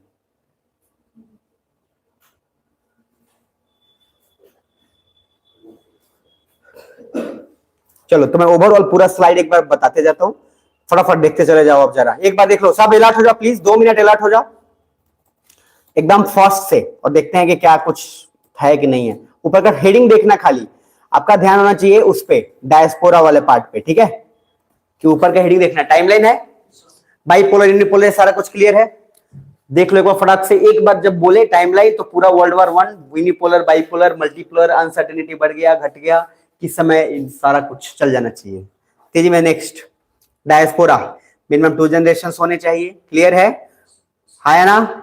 ठीक है। नेक्स्ट, अलायंस, 3 कंडीशंस इंपॉर्टेंट है, political values, economical value and cultural values, clear है? तभी कोई कंट्री जुड़ता है। और अलायंस का दूसरा मकसद क्या है कि पावरफुल कंट्री ही प्रपोज करेगा 2 चीज के लिए, एक चाहिए उसको मार्केट, बदले में क्या देगा? क्या देगा? सिक्योरिटी। ये पॉइंट के लिए इससे थोड़ा सा हल्का सा डिफरेंट कौन है? एसपीए। सेम चीज होगा, कॉमन वैल्यूज होने चाहिए, बस दोनों अपना अपना रक्षा कर सकते हैं, तो इसके ऊपर लेवल की बात होगी, क्लियर है? मतलब हस्बैंड और वाइफ दोनों है, बातचीत कर ली है, दोनों आईएएस बन गए हैं, अब इसके ऊपर का कुछ बात होने वाला है, ठीक है? नेक्स्ट पॉइंट, एसपीए के बाद joint naval exercise, joint naval patrolling. इसमें क्या अलायंस जरूरत है? नहीं। अगर युद्धाभ्यास करने के लिए, एक्सरसाइज करने के लिए आपको जरूरी नहीं है कि आप किसी देश के साथ अलायंस करें, क्लियर है? Next, conflict in international relation, मैंने बोला मिसअंडरस्टैंडिंग ज्यादातर क्या करेगा? कॉन्फ्लिक्ट क्रिएट करेगा। और सॉल्यूशन क्या है? बातचीत, बातचीत करिएगा, सारा सॉल्यूशन हो जाएगा।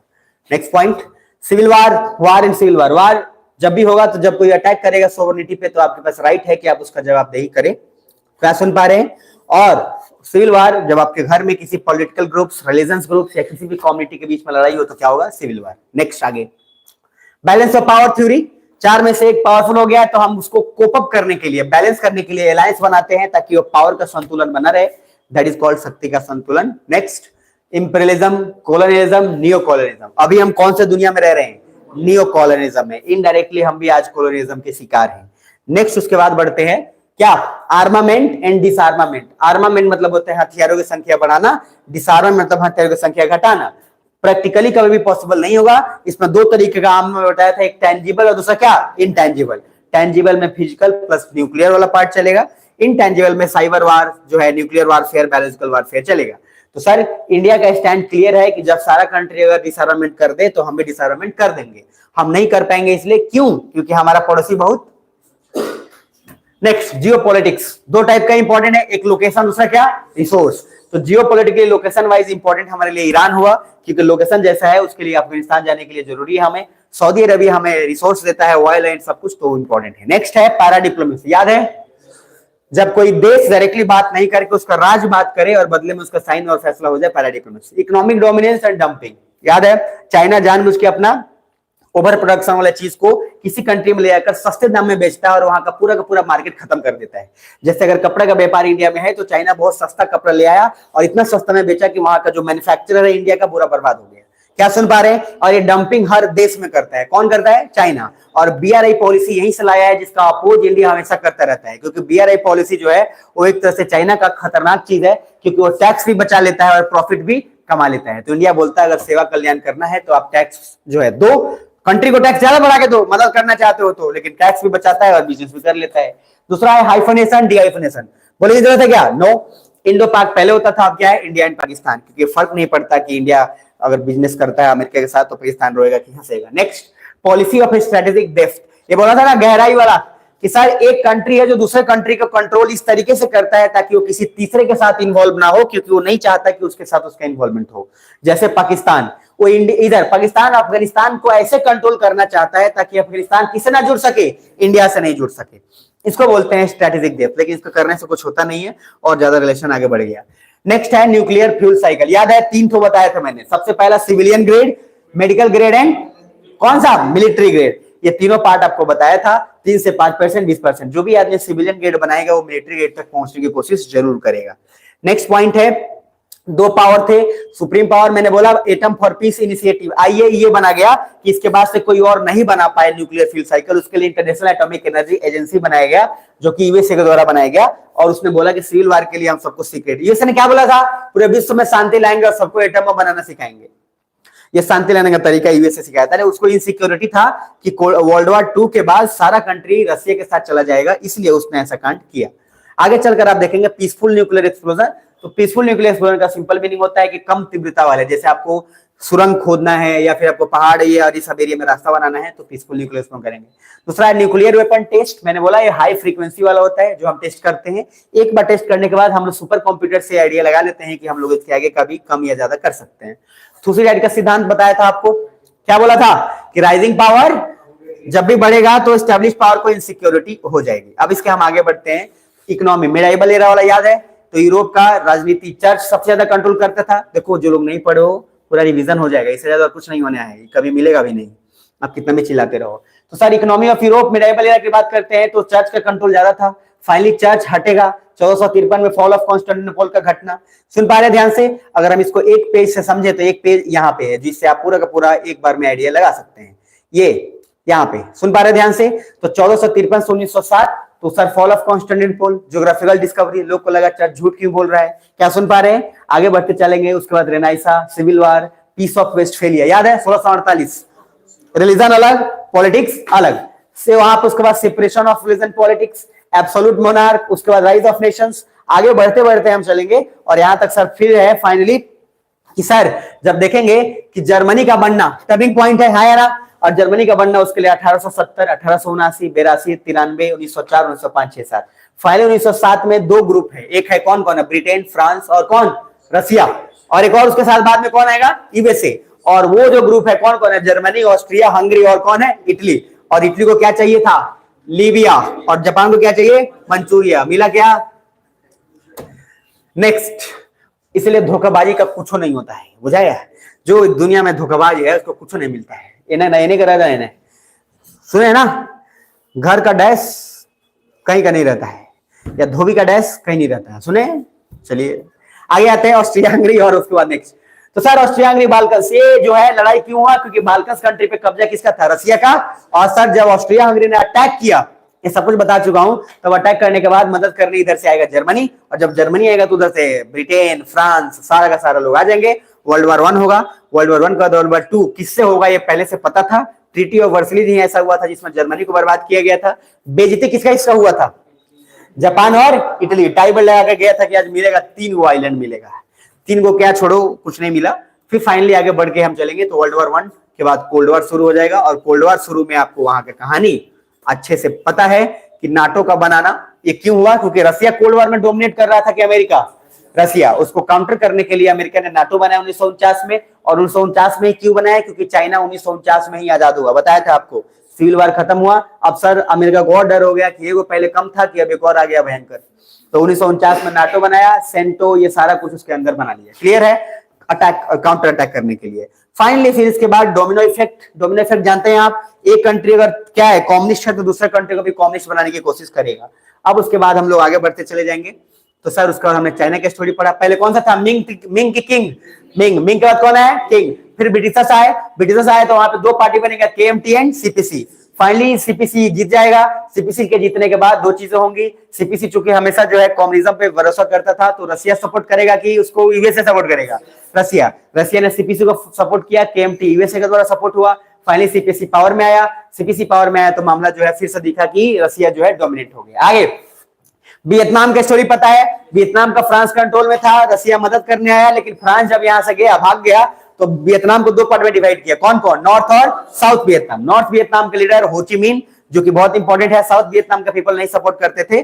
फिर बाद में लड़ाई हुआ, लड़ाई होने के बाद फिर से ध्यान समझना, रसिया सपोर्ट करता है हो ची मिन को और फिर जीत जाता है, कम्युनिज्म फिर आ जाता है वियतनाम में।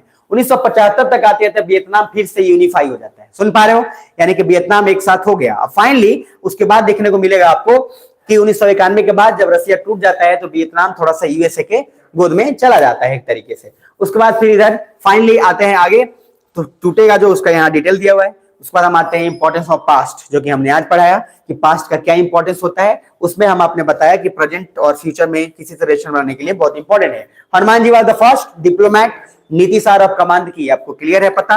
आगे नेक्स्ट बढ़ेंगे, उसके बाद रामायण का आपको पूरा मिल जाएगा यहाँ से कहानी। देन कौटिल्य का अर्थशास्त्र, यूनिक फीचर, जो कैपिटलिस्ट होते हुए सबके बारे में सोचता हो। इकोनॉमी जब बढ़ता है तो ये सारा कुछ आपके सामने बढ़ता जाता है, आपकी स्थिति बेहतर हो जाती है, इकोनॉमी, पीपल हैप्पी हो जाते हैं, सारा कुछ। नेक्स्ट आते हैं अफगानिस्तान पे। मैंने आपको पूरा कहानी बता दिया, वाटन कंट्री क्लियर है यहाँ तक। उसके बाद वाटन कंट्री के बाद फाइनली आगे बढ़ते चले जाएंगे, तो जहां तक हम बताएं वहां तक बता दिए। तो आज जो है यहाँ तक पार्ट रखते हैं, कल कंटिन्यू करते हैं, ठीक है। तो सर रिवीजन हो गया पूरा, पूरा दिमाग में रख लीजिएगा। कल मिलते हैं, कल कंटिन्यू करते हैं। निवेदन है आपसे, ध्यान से पढ़िए, रिजल्ट अच्छा आएगा। सीरियसली पढ़िए, पूरा दुनिया जब लगे कि कुछ नहीं होने वाला है, आप पढ़ते रहिए, मन मार के कैसे भी पढ़ते रहिए चुपचाप, रिजल्ट आ जाएगा। बाकी लाइफ आपकी है, जैसा मन करते रहो। फिर कल रिवीजन करके आइएगा मैप वाला।